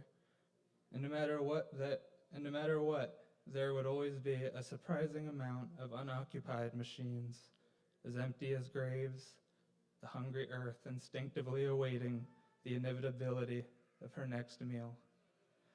As empty as the cracks, holes, and gaps in teeth that reflexively await the tongue to fill them, even if just for a moment. But sometimes there is another breed, a much more difficult puzzle of the soul to discern. In these particular people, I recognized the quiet desperation in their eyes, but I just couldn't figure it out. Why were they working themselves like beaten dogs? I could never decide whether that look indicated that these people were dying to survive and beat some kind of malady, real or imagined, or if they were just dying for affection like I was, real or imagined. I start my radio static infested drive back in the direction of where I sleep. About halfway there, I pull over to the side of the road, and on the side of the road, I vomit. And it appears to me that even my waste lacks substance, no food, not even bile. To all the perfect strangers, it's just a random puddle of water in the middle of a dry day. Preparing to finish my journey, I find myself trying to put a seatbelt on that I never bothered taking off.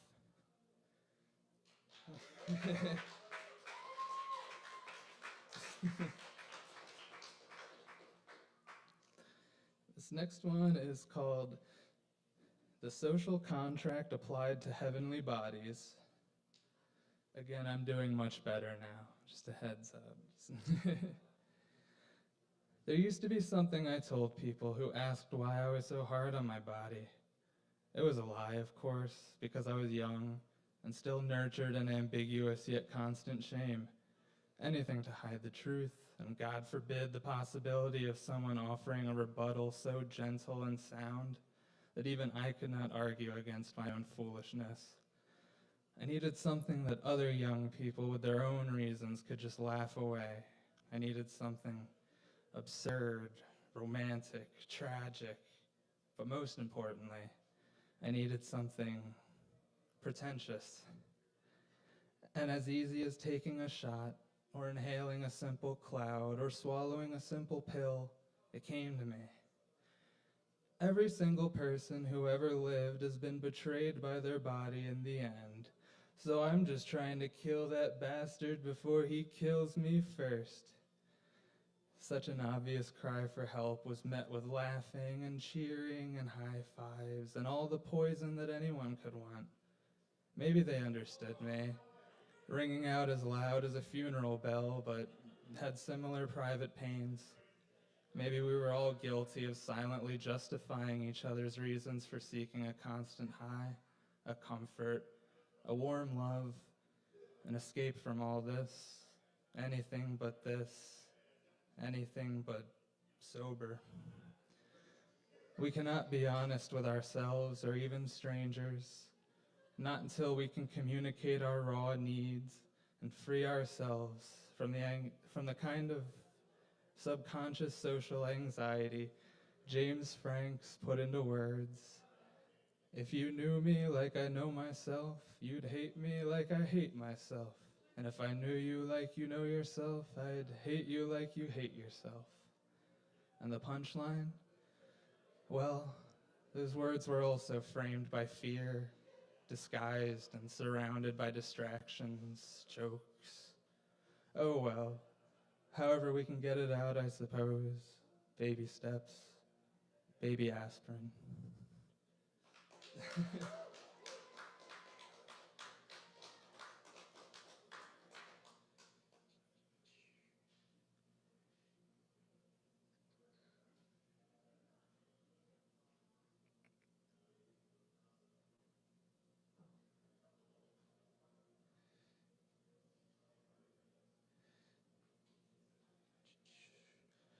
I'm going to try a bit of a long form one real quick, and if I hit that 10 minutes, I guess it'll just be a cliffhanger.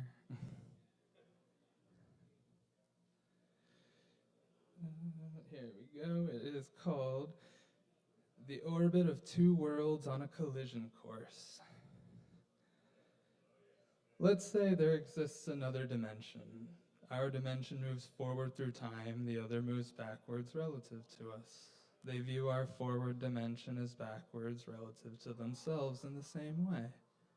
If their endpoint is our beginning, and our beginning is their endpoint, then there will inevitably be a moment of convergence, a moment as brief as the infinitely divisible nature of time. I think this would be a beautiful instant of total understanding, the point where two endless lines meet. For once, we will understand them and they will understand us. We will stand shoulder to shoulder with a world that finally appears identical to us, despite being the literal and total inverse of each other's perspectives and experience. We will shake hands, and as suddenly as the moment came, it will pass. But after that moment, both worlds will begin to experience what the other already has. Both worlds began as far apart as they possibly could in both understanding and chronology. And now as we pass each other, we begin our journey to once again become as far from each other as possible. Yet that understanding and the experience of that moment will remain, and it will blossom with the help of both sides. As we continue down this pilgrimage, we will begin experiencing more and more of the same things, just in a different order. Despite everything, it'll all just keep making more and more sense to both worlds as our opposite lives become more and more familiar to each other. Our present moment will be their distant memory, and vice versa.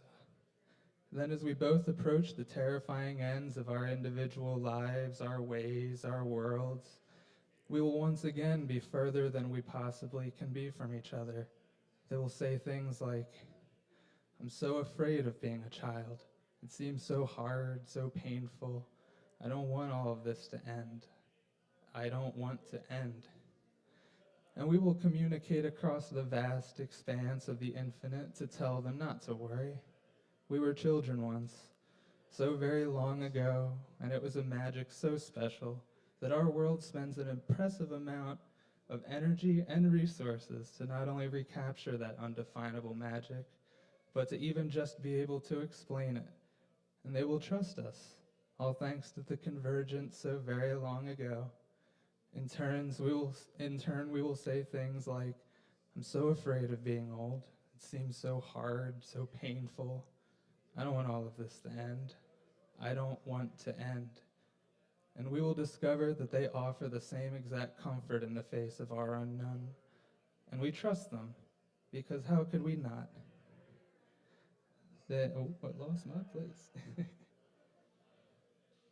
And at our respective ends, each other's beginnings, two polar opposites standing in a sea of time, with both placing a hand of comfort on the other's shoulder, at the true end of everything for everyone, once again so far from each other that cramming more space between us would simply be impossible. That is the moment that understanding of both sides have been cultivating will be in full bloom. Magnificent and glorious, the two embodiments of difference will finally have lived the same exact lives in their entirety. It couldn't make any more sense. We have impossibly become identical while taking two completely different paths. But of course by now we know it has always been the same path. The apotheosis was worth the growing pains that both worlds experienced before the convergence, when our fates and our worlds were totally unknown and confusing, not only to each other, but even to ourselves. As we age and they de-age, we both know without a doubt that this will all begin again. And even if they may not seem to be beginnings at first, it will all once again be worth it, over and over, for everyone, forever. Don't try to fact check the science on all that. I'll get sad. All right, let's keep it going for Jambo. First time at this mic. Welcome. Cheers. All right. We're keeping it moving here. I appreciate y'all keeping the energy and keeping yourselves here. All right, next up, looks like we've got Lydia Gray. I'm sorry.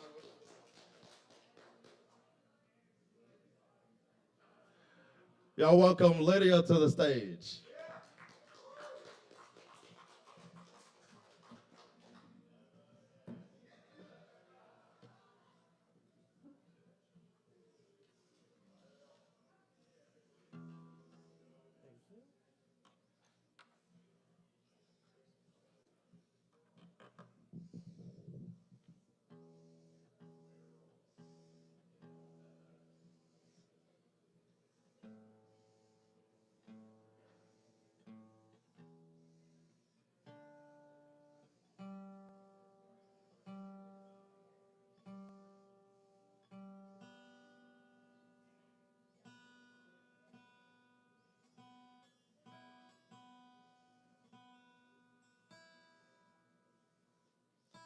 Close enough.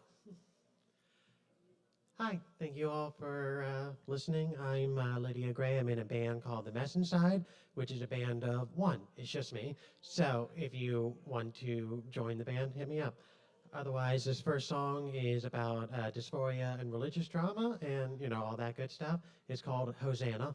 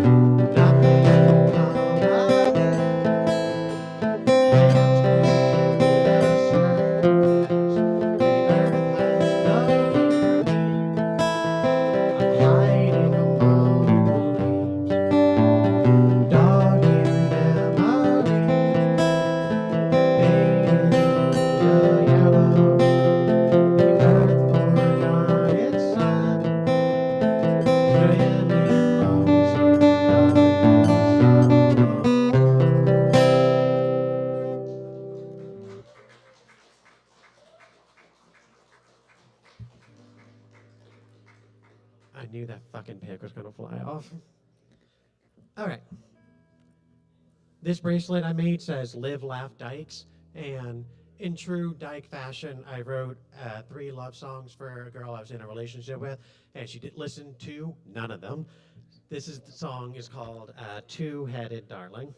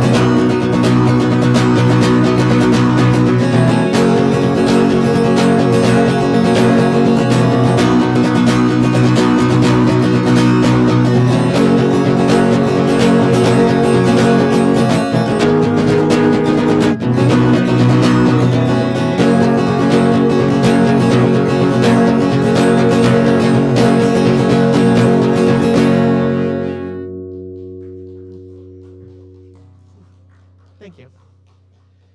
All right, I have time for one more song. This song is about political apathy and how much easier it is to do nothing at all. This song is called Western Pleasures.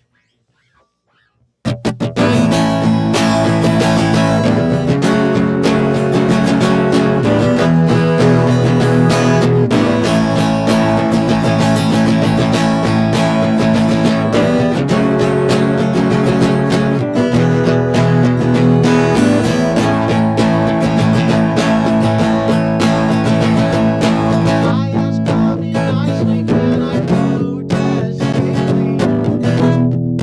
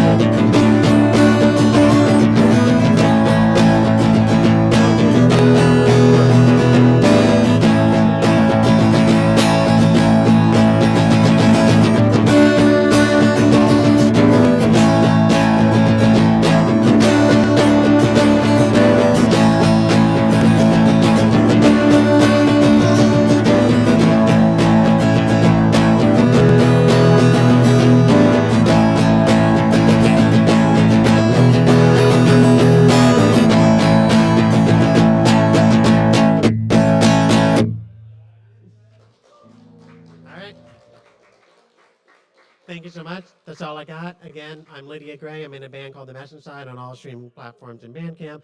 And yeah, that's all I got for you. But thank you guys. Have a good one. Lydia Gray, y'all. Let's keep it going. Yes. We always get all forms of artistic expression as well as accept and encourage all forms of artistic expression here at Poetry Open Mic Asheville. So thank y'all for showing yourselves and expressing yourselves. It's not always the easiest thing. Next up, we've got Will. Y'all welcome Will to the stage.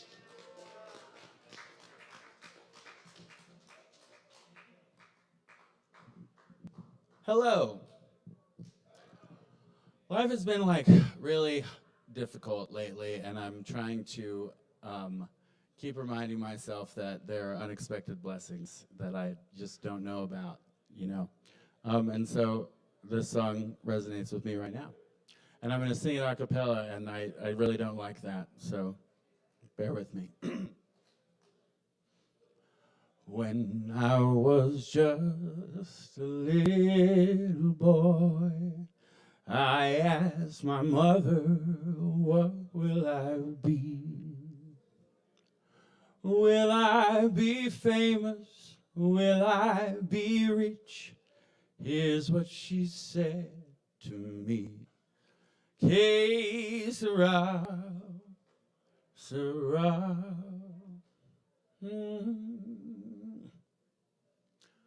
Whatever will be, will be.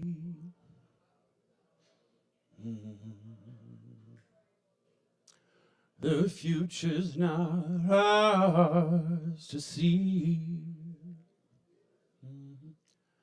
Que sera, que sera, que sera, que sera.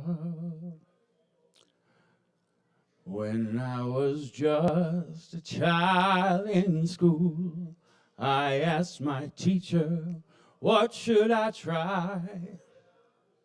Should I paint pictures? Should I sing songs? Here was her smart reply. Que sera, sera.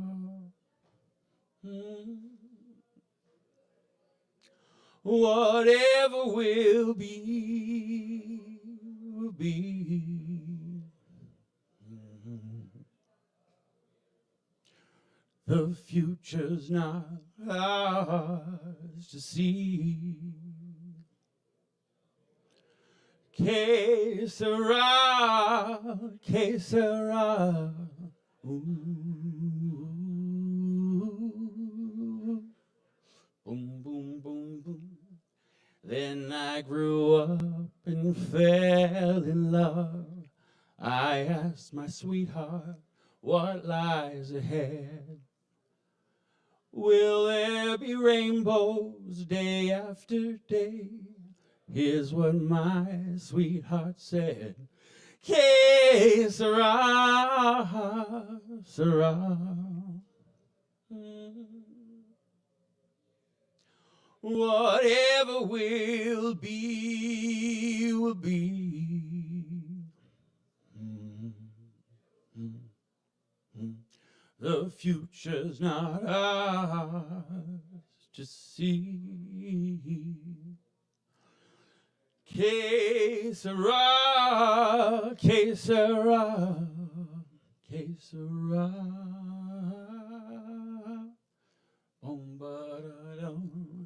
Now I've a child to call my own. He asks his papa, what will I be?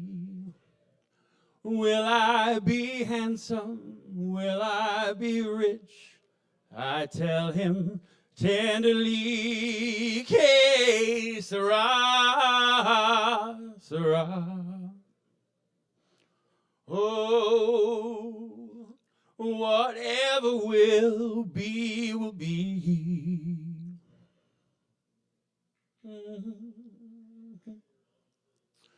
The future's not ours to see. Que Sarah, Sarah, que Sarah, que Sarah. Thank you.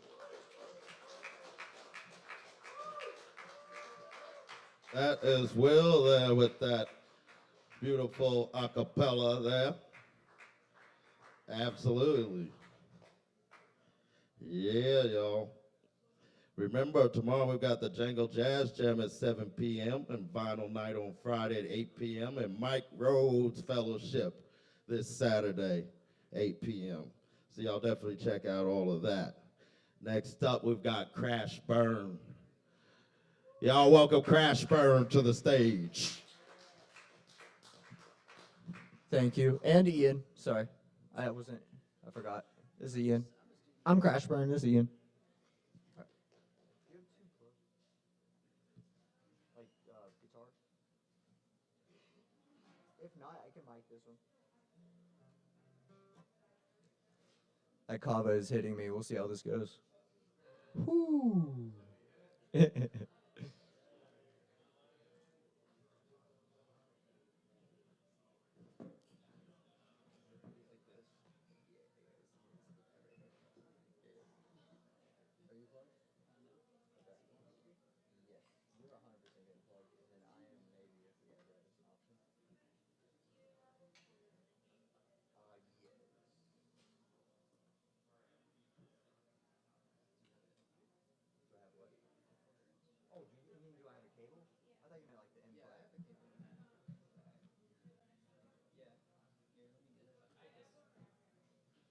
Sorry, we were not prepared. We'll be ready in just a minute.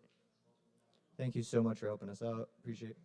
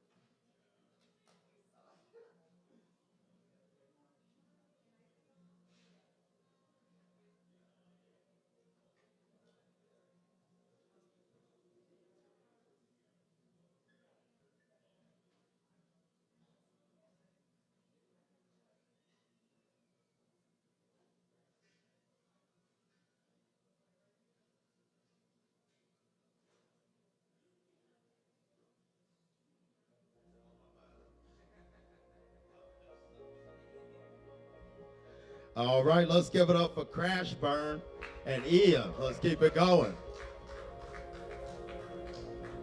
Yeah, a quick little set, but that's some beautiful guitar instrumental there.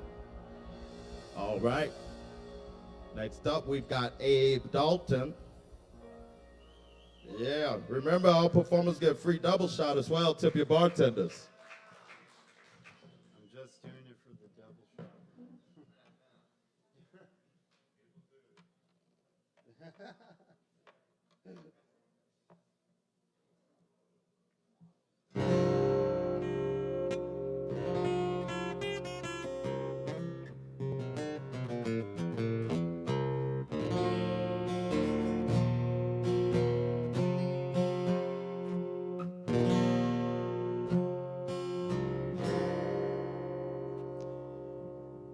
Hello. How are you all doing? Oh my God, it sounds so exciting. I hope you're all ready to groove right now.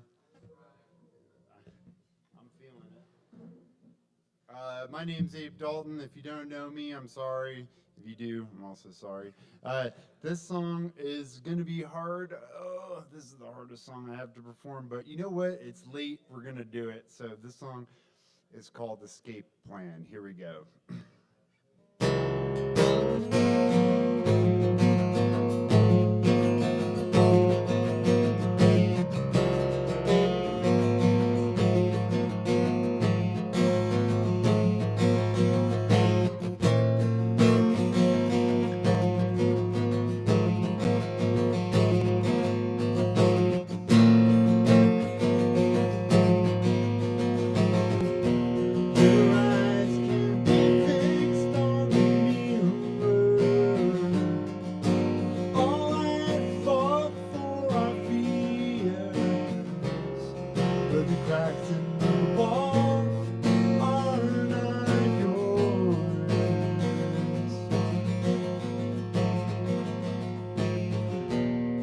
Don't need to fret for the garden.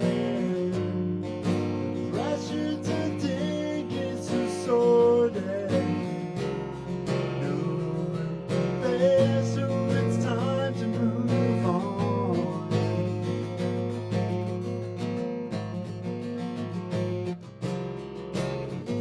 And now punctures. Your sheets won't cover your hurt.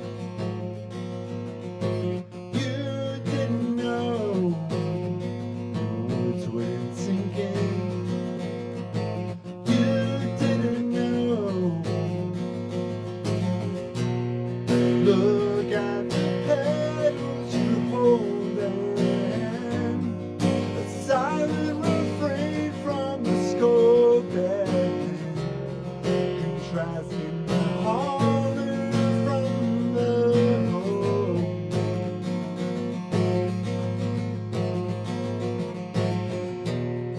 Lean on the truth as you swallow. A home must be safe if you follow. Even if you're all alone. Another can tossed in the blue bin. As a broken heart's unfilling. You didn't know that you need you the most. You didn't know.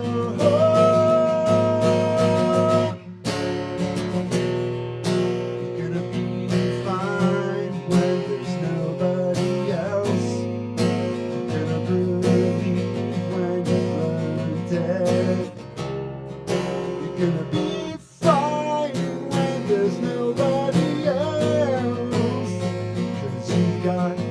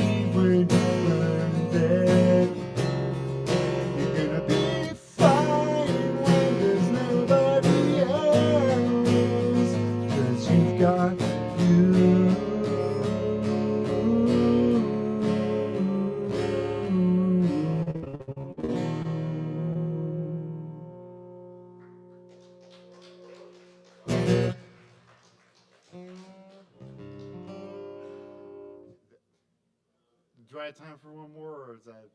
Oh, okay. This one's for Fox, as usual. You've gotta call me, baby, or I'll just lay here in these sweaty sheets, 'cause I am unclean, stupid and mean, even in the morning. Could use a cup of Kava while I stir my feet in these waking dreams, 'cause I am unclean, stupid and mean, even in the morning. I haven't seen my teeth in a million years. Get them bleached, 'cause I am unclean, stupid and mean, even in the morning. Look at these eyes, they're swollen. I'll tell you what, gonna keep them shut. I am unclean, stupid and mean, even in the morning.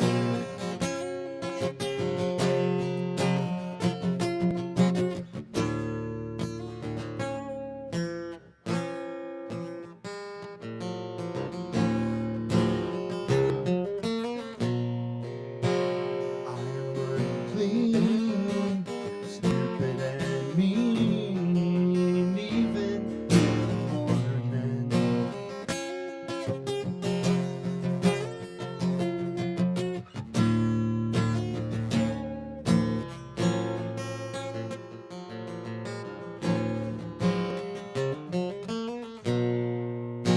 I am unclean, stupid and mean, even in the morning. Even in the morning.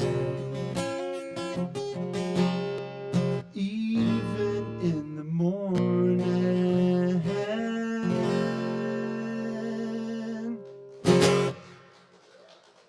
Thank you. It's always fun.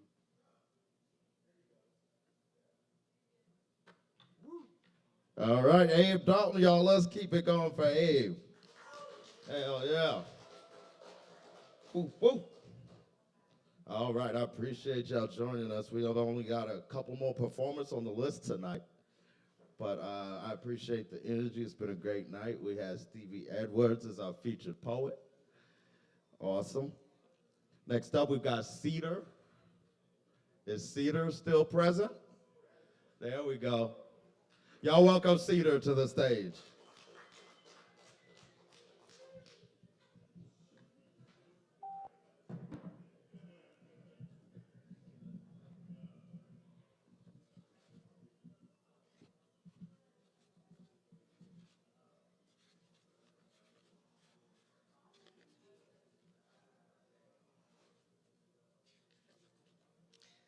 Hey people, I've been coming to this open mic for 13 years and this is my first time being on stage behind the mic.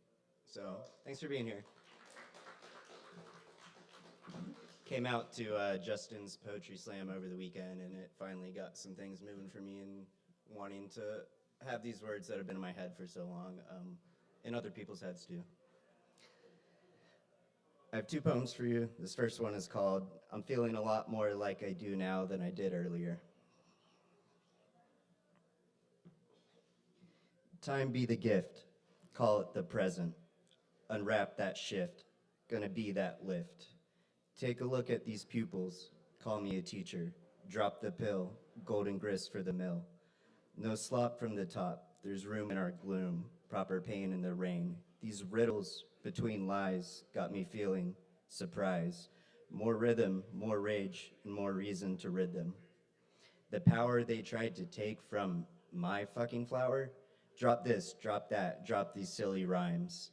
That bottle stay dusty, I might learn to trust me. Fuck, that bottle was dusty, but I lick her clean. I prefer the taste of liquid, if you know what I mean.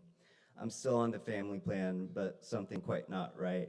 Whole lot of paperwork for a single man, all right? I got 47 tabs open at once, maybe more than these random access memories can touch. Ego slap, ego nap. You wanna be somebody? You gotta be somebody. You get to be somebody. And may you always be and always free. Cover those eyes, sign that check. Check where? Check here, checkmate. Love your hate. Much to do, to do, to do. Taboo, tattoo, ta-da. Take a breath. Bitch, open those arms and give me a hug. How about that for a miracle drug?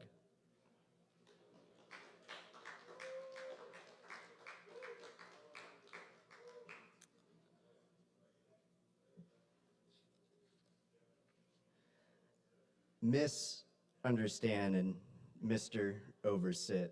Miss the ground, hit the sky, accidentally fly. Stay mentally chill without. Help homies heal from pain they can't talk about. Making money out of magic, some may say that's tragic. Twice turn trigger, make a mirror, grow bigger. Stay writing bars from Appalachia so willy-nilly. Fallen stars gotten to calling me a syllabilly. Window, pleasure from pain, gripping God against the grain. Uno dos without a trace, I'm dead inside. A guitar with tigers on its strings stole my face.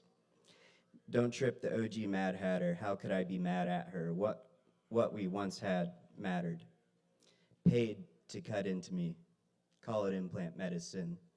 Had a bag, humble fumble, out here in the asphalt jungle. Inside a cocoon tomb of a womb, we dance upon the ground we were buried under before birth. Imagine no nation, here the earth.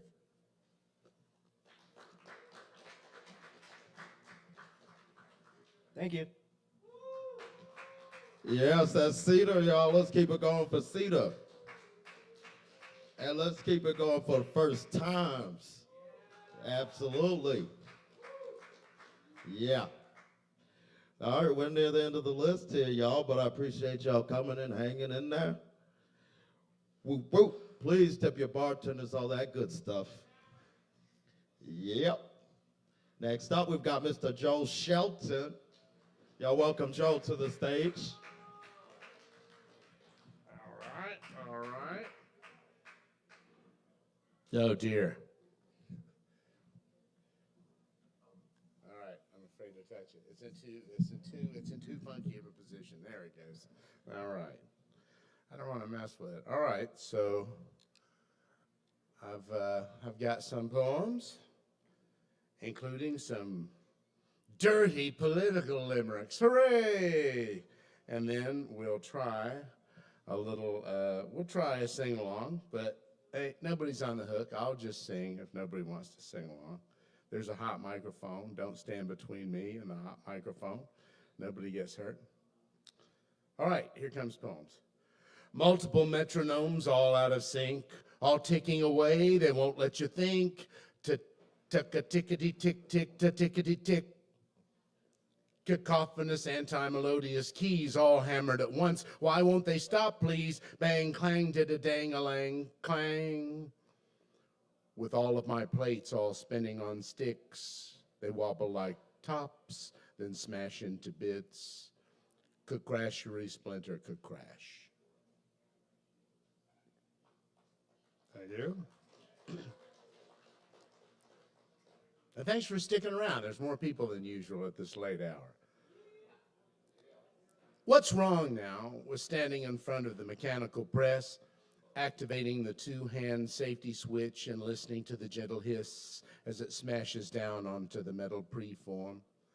3, 2, 1, and the timer reads all zeros.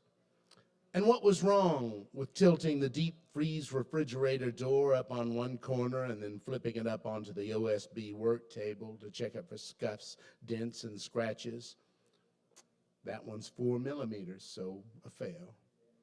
What was wrong with flipping the numbers on the spiral binder, climbing a step ladder, and then sliding them into the slot along the top of the pricing sign atop the end cap of Seafoam? $2.85. What was wrong with loading the books onto an angled rolling bookshelf, shuffling and reshuffling them until they're in the same order as the invoice? 26 titles, 26 monographs. And was there anything wrong at all back when I was counting the drawer down, doing the last cash drop before the shift change? And 2 rolls of pennies makes $203. Nothing. Nothing at all is wrong or was ever. It's not euphoria and it's not agony. It's dull and normal and climate controlled. Feels like work because it is work. I again activate the 2-hand safety switch and listen to the gentle hiss as it smashes down onto the metal platform, preform. 3, 2, 1, and the timer reads all zeros. I untether from the world to float and meander in an ether that's teeming with cumulonimbi of schemi, fluffing and twisting into shapes of old tasks. Once drifting among and through those clouds, I empty the decanter of the self into the noble, exploitative chalice of work and am imbibed and dissipated and dissolved, and yet remain. With the beep of the time clock at 11 p.m., I am reborn.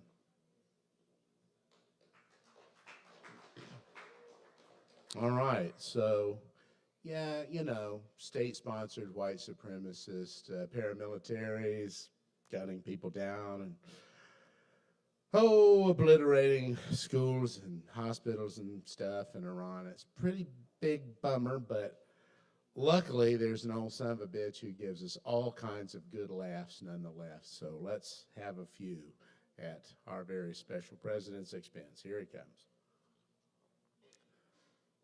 Dirty Donald Trump limericks.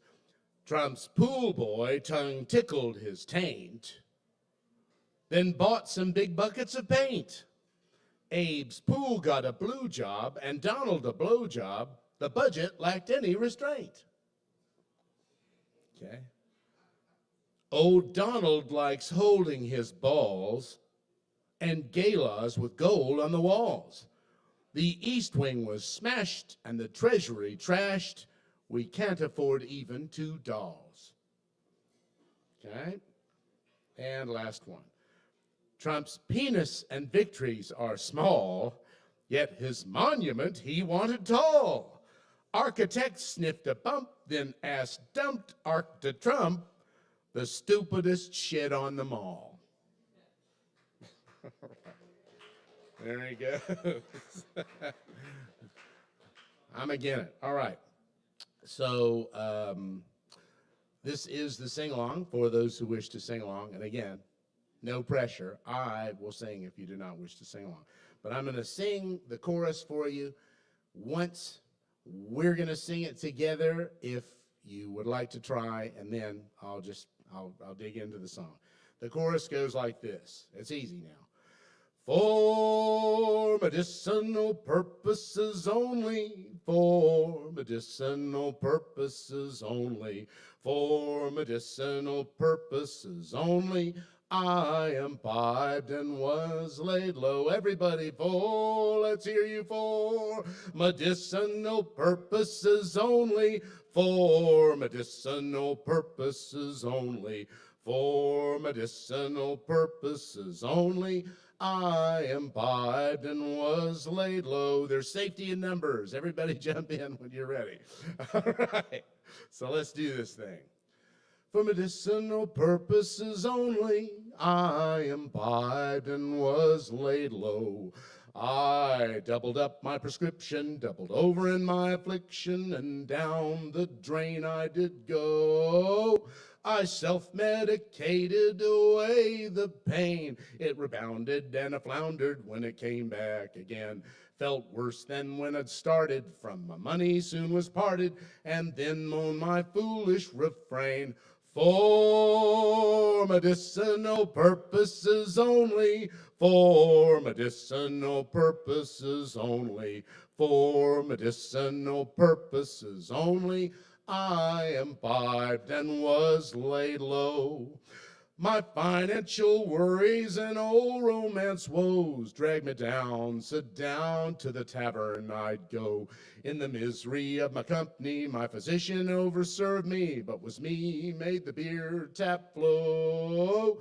I mixed and mismatched every nostrum in reach. With my muzzle I did guzzle till I slurred in my speech. Woke up with a sputter, a ditch water in the gutter, and here's the conclusion I reached.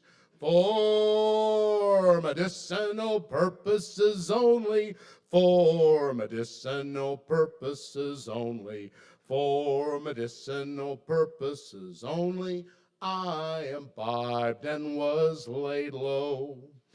A straight shot to the nearest kick rail I'd worn, and the floorboards each day from those old swinging doors. My bar stool was custom fit to my behind, as though it had been so designed. I got some religion, but gave it right back, staggered down and passed out on the railroad tracks. A hobo dragged me off them just before the train passed, and that's the last time I got gassed. For medicinal purposes only, for medicinal purposes only, for medicinal purposes only, I imbibed and was laid low. I imbibed and was laid low. Human friendship.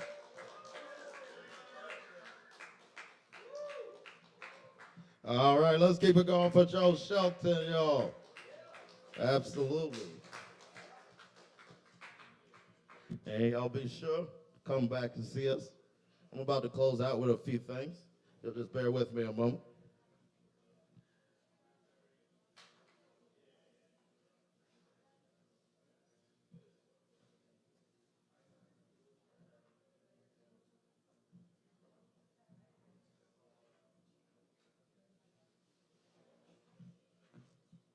All right, all right.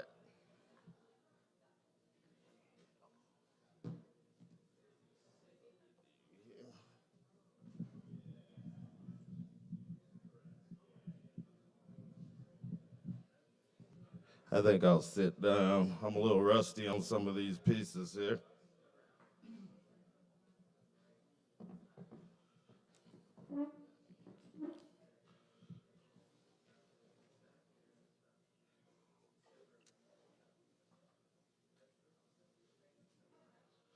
So this first piece was written April 15th, 2008. And it's in very small print. I used to have better vision, obviously. Goodness gracious. It's called The Heart of Everybody. It was about a friend of mine when I lived back in Virginia. True story. But it's got a lot of run-on type of stuff and stuff that goes into other stuff. I was just going, you know. I heard about some secret troubles you brushed into with the law. I heard about some trouble steaming and growing out of the lawn in your car. I heard about an old friend you tried to help who got you in a hole, got you caught.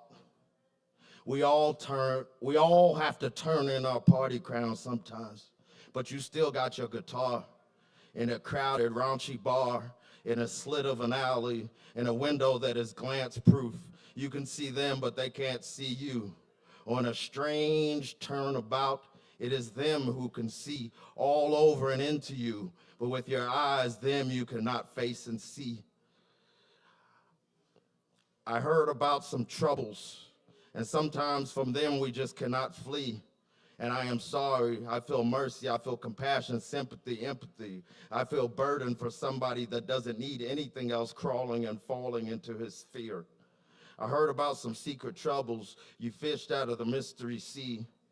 Though none of us can really hear and see completely when the visibility isn't always so clear. In fact, it is foggy. Our eyes are groggy and not need. You do not need another heartache harshly crossing. You need love. You want a good woman. You want a family, and you want autonomy when you cross the hangovers from the autumn trees, soon to be falling and decomposing to feed our next new spring.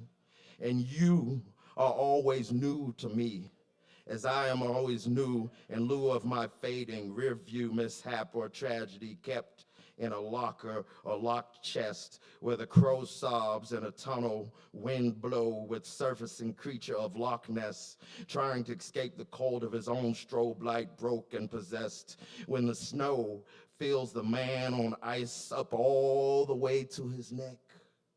I heard about some embellishment that makes us fall too deep into it, and it seems senseless and pointless.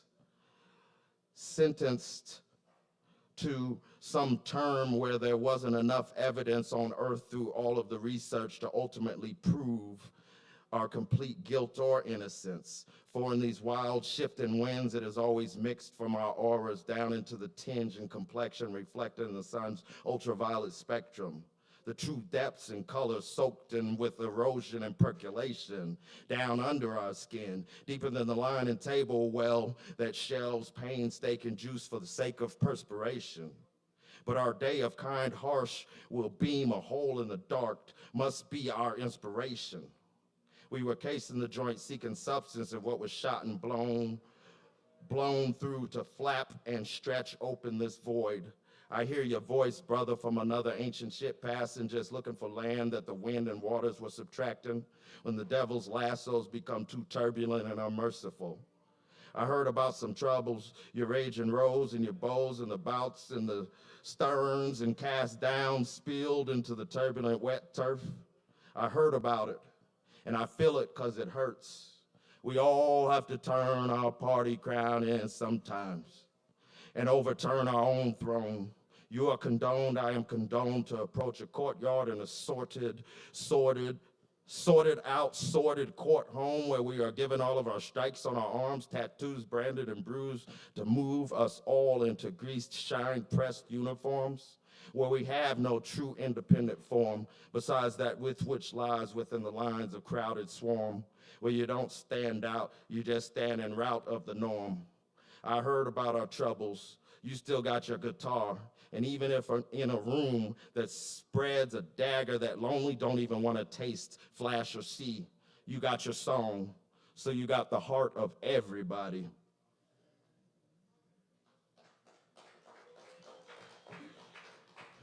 Thanks.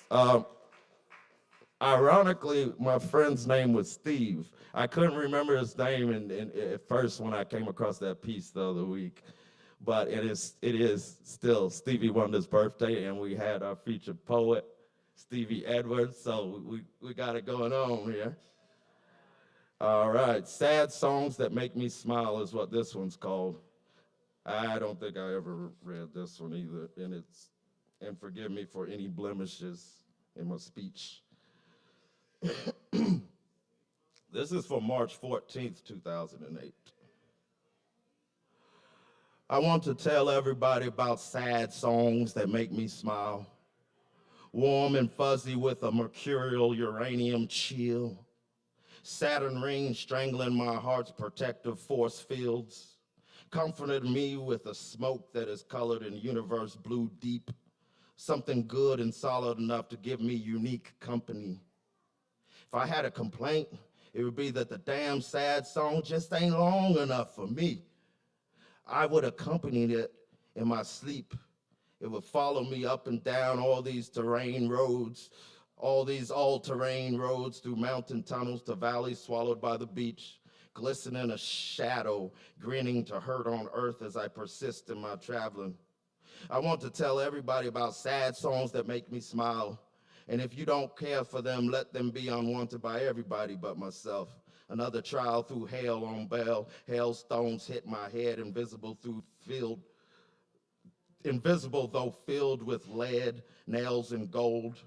Maybe this song is just a letter from a lover I wrote, the one that was destiny, but she got swallowed by spaces and time and failed.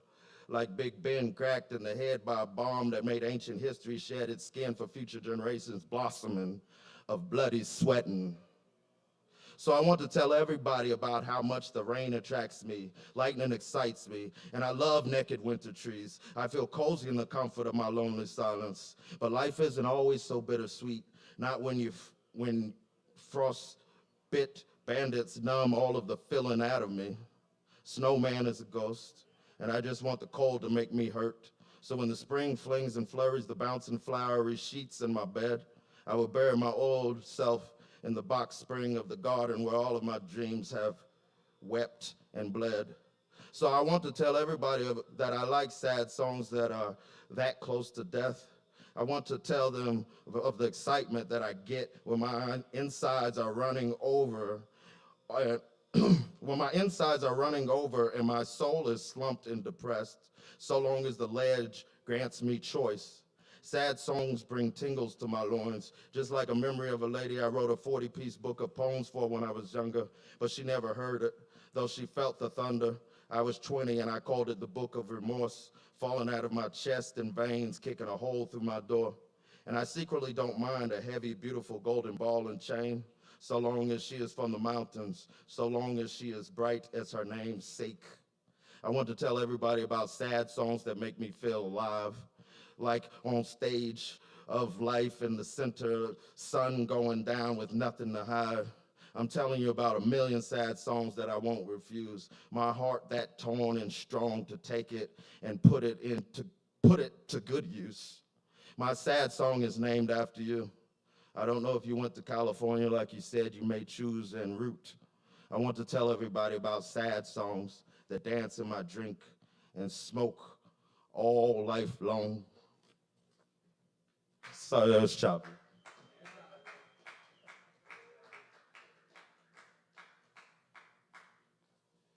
All righty. Some of these I read, because I just recently got new spectacles, so my vision's a little better. So some of these I read just because it's a challenge. This is called Seeking a Solution to Our Own Main Named Names. It's from October 15th and 16th, 07. We dog around old places that have been touched up with new scraps, buildings, white and black ceilings of heaven attached and plastered clouds, where we mapped out dreams and fantasies for characters and far out scenes. We dog around the bottoms of fountains, scraping up old dirty pennies as we wear rags and hold the hands of hectic street crossing elder biddies, Miss Candies, Janies, and Cynthias. They're sometimes on earth in tight corners, just one too many of us. You cat around on stages in antique bars with ghost waitresses, half-naked flaring scat with brush taps on glass drum, welcome mat, like the center of an early autumn sun at the October day's beginning. I see a golden arm again. You leaf around your dreams, suffocating joyfully by the pound. This is all right now. This is all going down. So why, when the day breaks, do your eyes read you so suspicious? We crumb around in broken dishes, seeking crumbs of things we probably don't really need. But what a waste the shattering will be in trash of everything we have been carrying to the table of tragic treasured cheat. You cheat around the sound and rhythm of your own heartbeat. I seek the ground in a heaven I have been digging for since years before this newly found war, in this newly inhabited body of earth, sand, dirt, rebirth from ash. You ash around just to find the powdery solution that seeks old to new problems in a chain squeeze from shit and rust into material possession of us. Inmate number 00000. Who and what were you? Let's discover today the true self in full, complete color and harmony integrated through fire, water, air, and earth, through the natural speed of things. My sex, music, art, friends, family, food, water, gems for growing. They are all with God. In the wind I absorb, breathe, and sin with, in my lungs hurting with great grace and sneezing shame. We are allergic at times to our own names. but we will learn to accept and tolerate.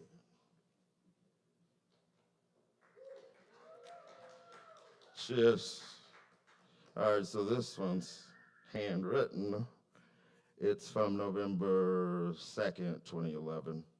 It's called He Dust. The wording's probably weird on this too, but we'll go with it. A man's work is never really done, even after he's dead. Most of the autumn leaves shed, tree itself still not dead. Hammer sledge into steel wedge vortex, forceps of the doctor, cold hands and burnt grip of service. On another table, lady named Mabel splits her own maple, tragic angle on the cervix. A woman's work is never done, for it has only just begun. 16-year young, high school block bell, shock of hell, has yet to be rung, like blood dripping, staining, beautiful colored, high yellow leaf hanging, dangling. I am screaming for fumes, foggy, of flailing, nailing, fiending ship. And you tell me this all occurred on accident? On accident? My accent is just a blast of my future past tense. I'm glad I went, but we all but we all get bent, like barely hanging leaf of autumn stain, praying to the sun and wind. As son of women, daughter of gentlemen, a man's work is never really done, even after he's done with, even after he's gun ripped, even after he's dungeon, soul never done with him, just a still a buzzing, chest or field a fertilized cousin, first to lie to his inner something, curses the life that he's surfing, freely like nothing will hurt him, knowing it is everything that can possibly, for certain. Sidewalk search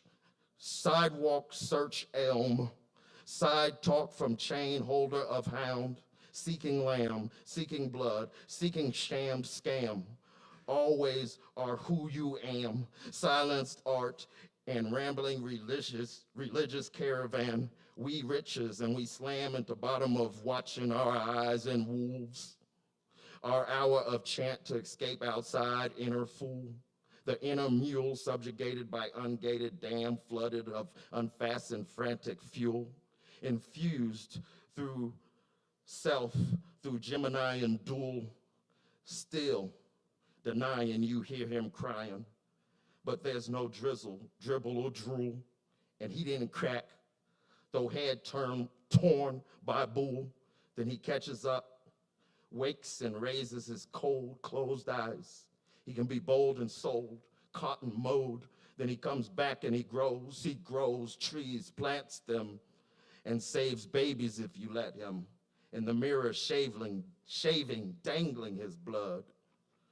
Why he does what he does, when asked he replies on total days and total nights. Just because.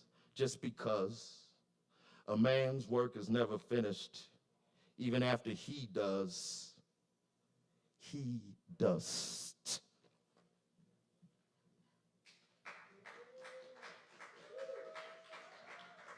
Thanks. There's probably words missing in there and stuff, but that's the gist of it for now. This one's called I Got Smashed. It's from February 18th, 08. And it's a pretty short one, and it's kind of metaphorical.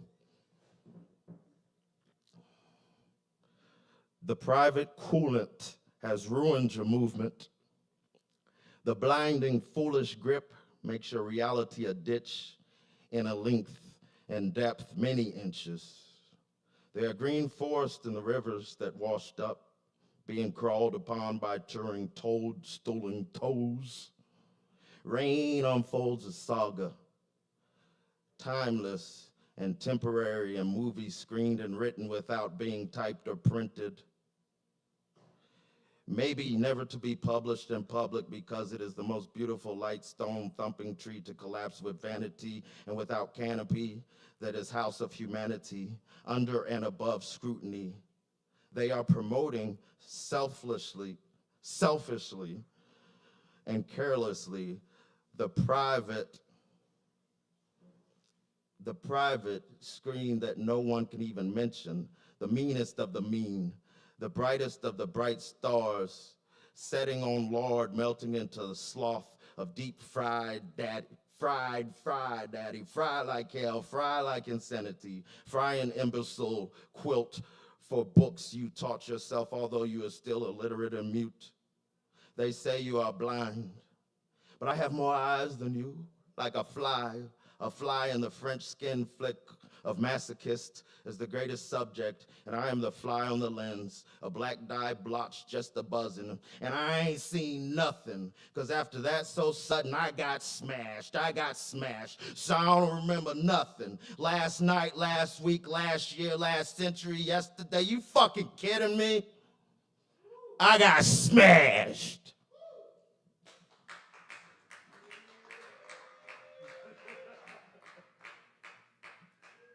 All righty. Thank y'all. I don't know if I can read that one right now. Let's see. I might do just a little harmonica. Close out at this time. Key of G.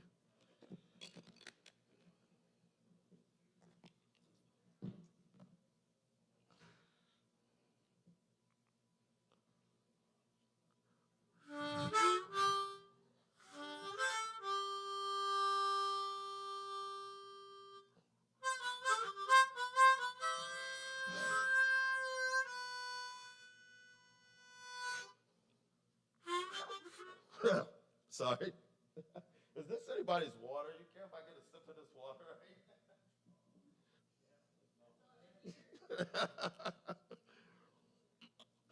Sorry about that, y'all.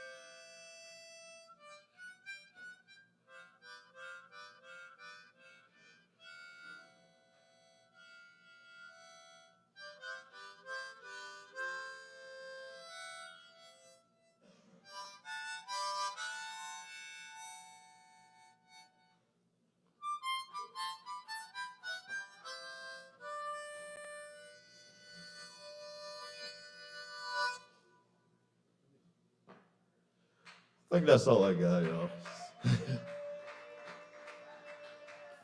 Thank y'all so much. Thanks, Caleb, Ari, Sin, Fox. Yeah. I'm missing one of y'all, Savvy. Hell yeah, I can't forget Savvy. Yes. All right, tip your bartenders too. All right, please come back and see us. Sign-ups at 8 o'clock every week here at Poetry Open Mic, Sovereign Kava. Yeah, that's about all I can say. Tomorrow's Django Jazz Jam, Vinyl Night on Friday.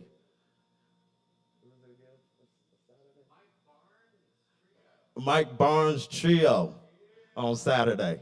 So y'all definitely come out to check that out. My name's Kevin Evans. It's been a pleasure. I thank y'all for coming through, and we'll do it again sometime soon, like next week. Cheers.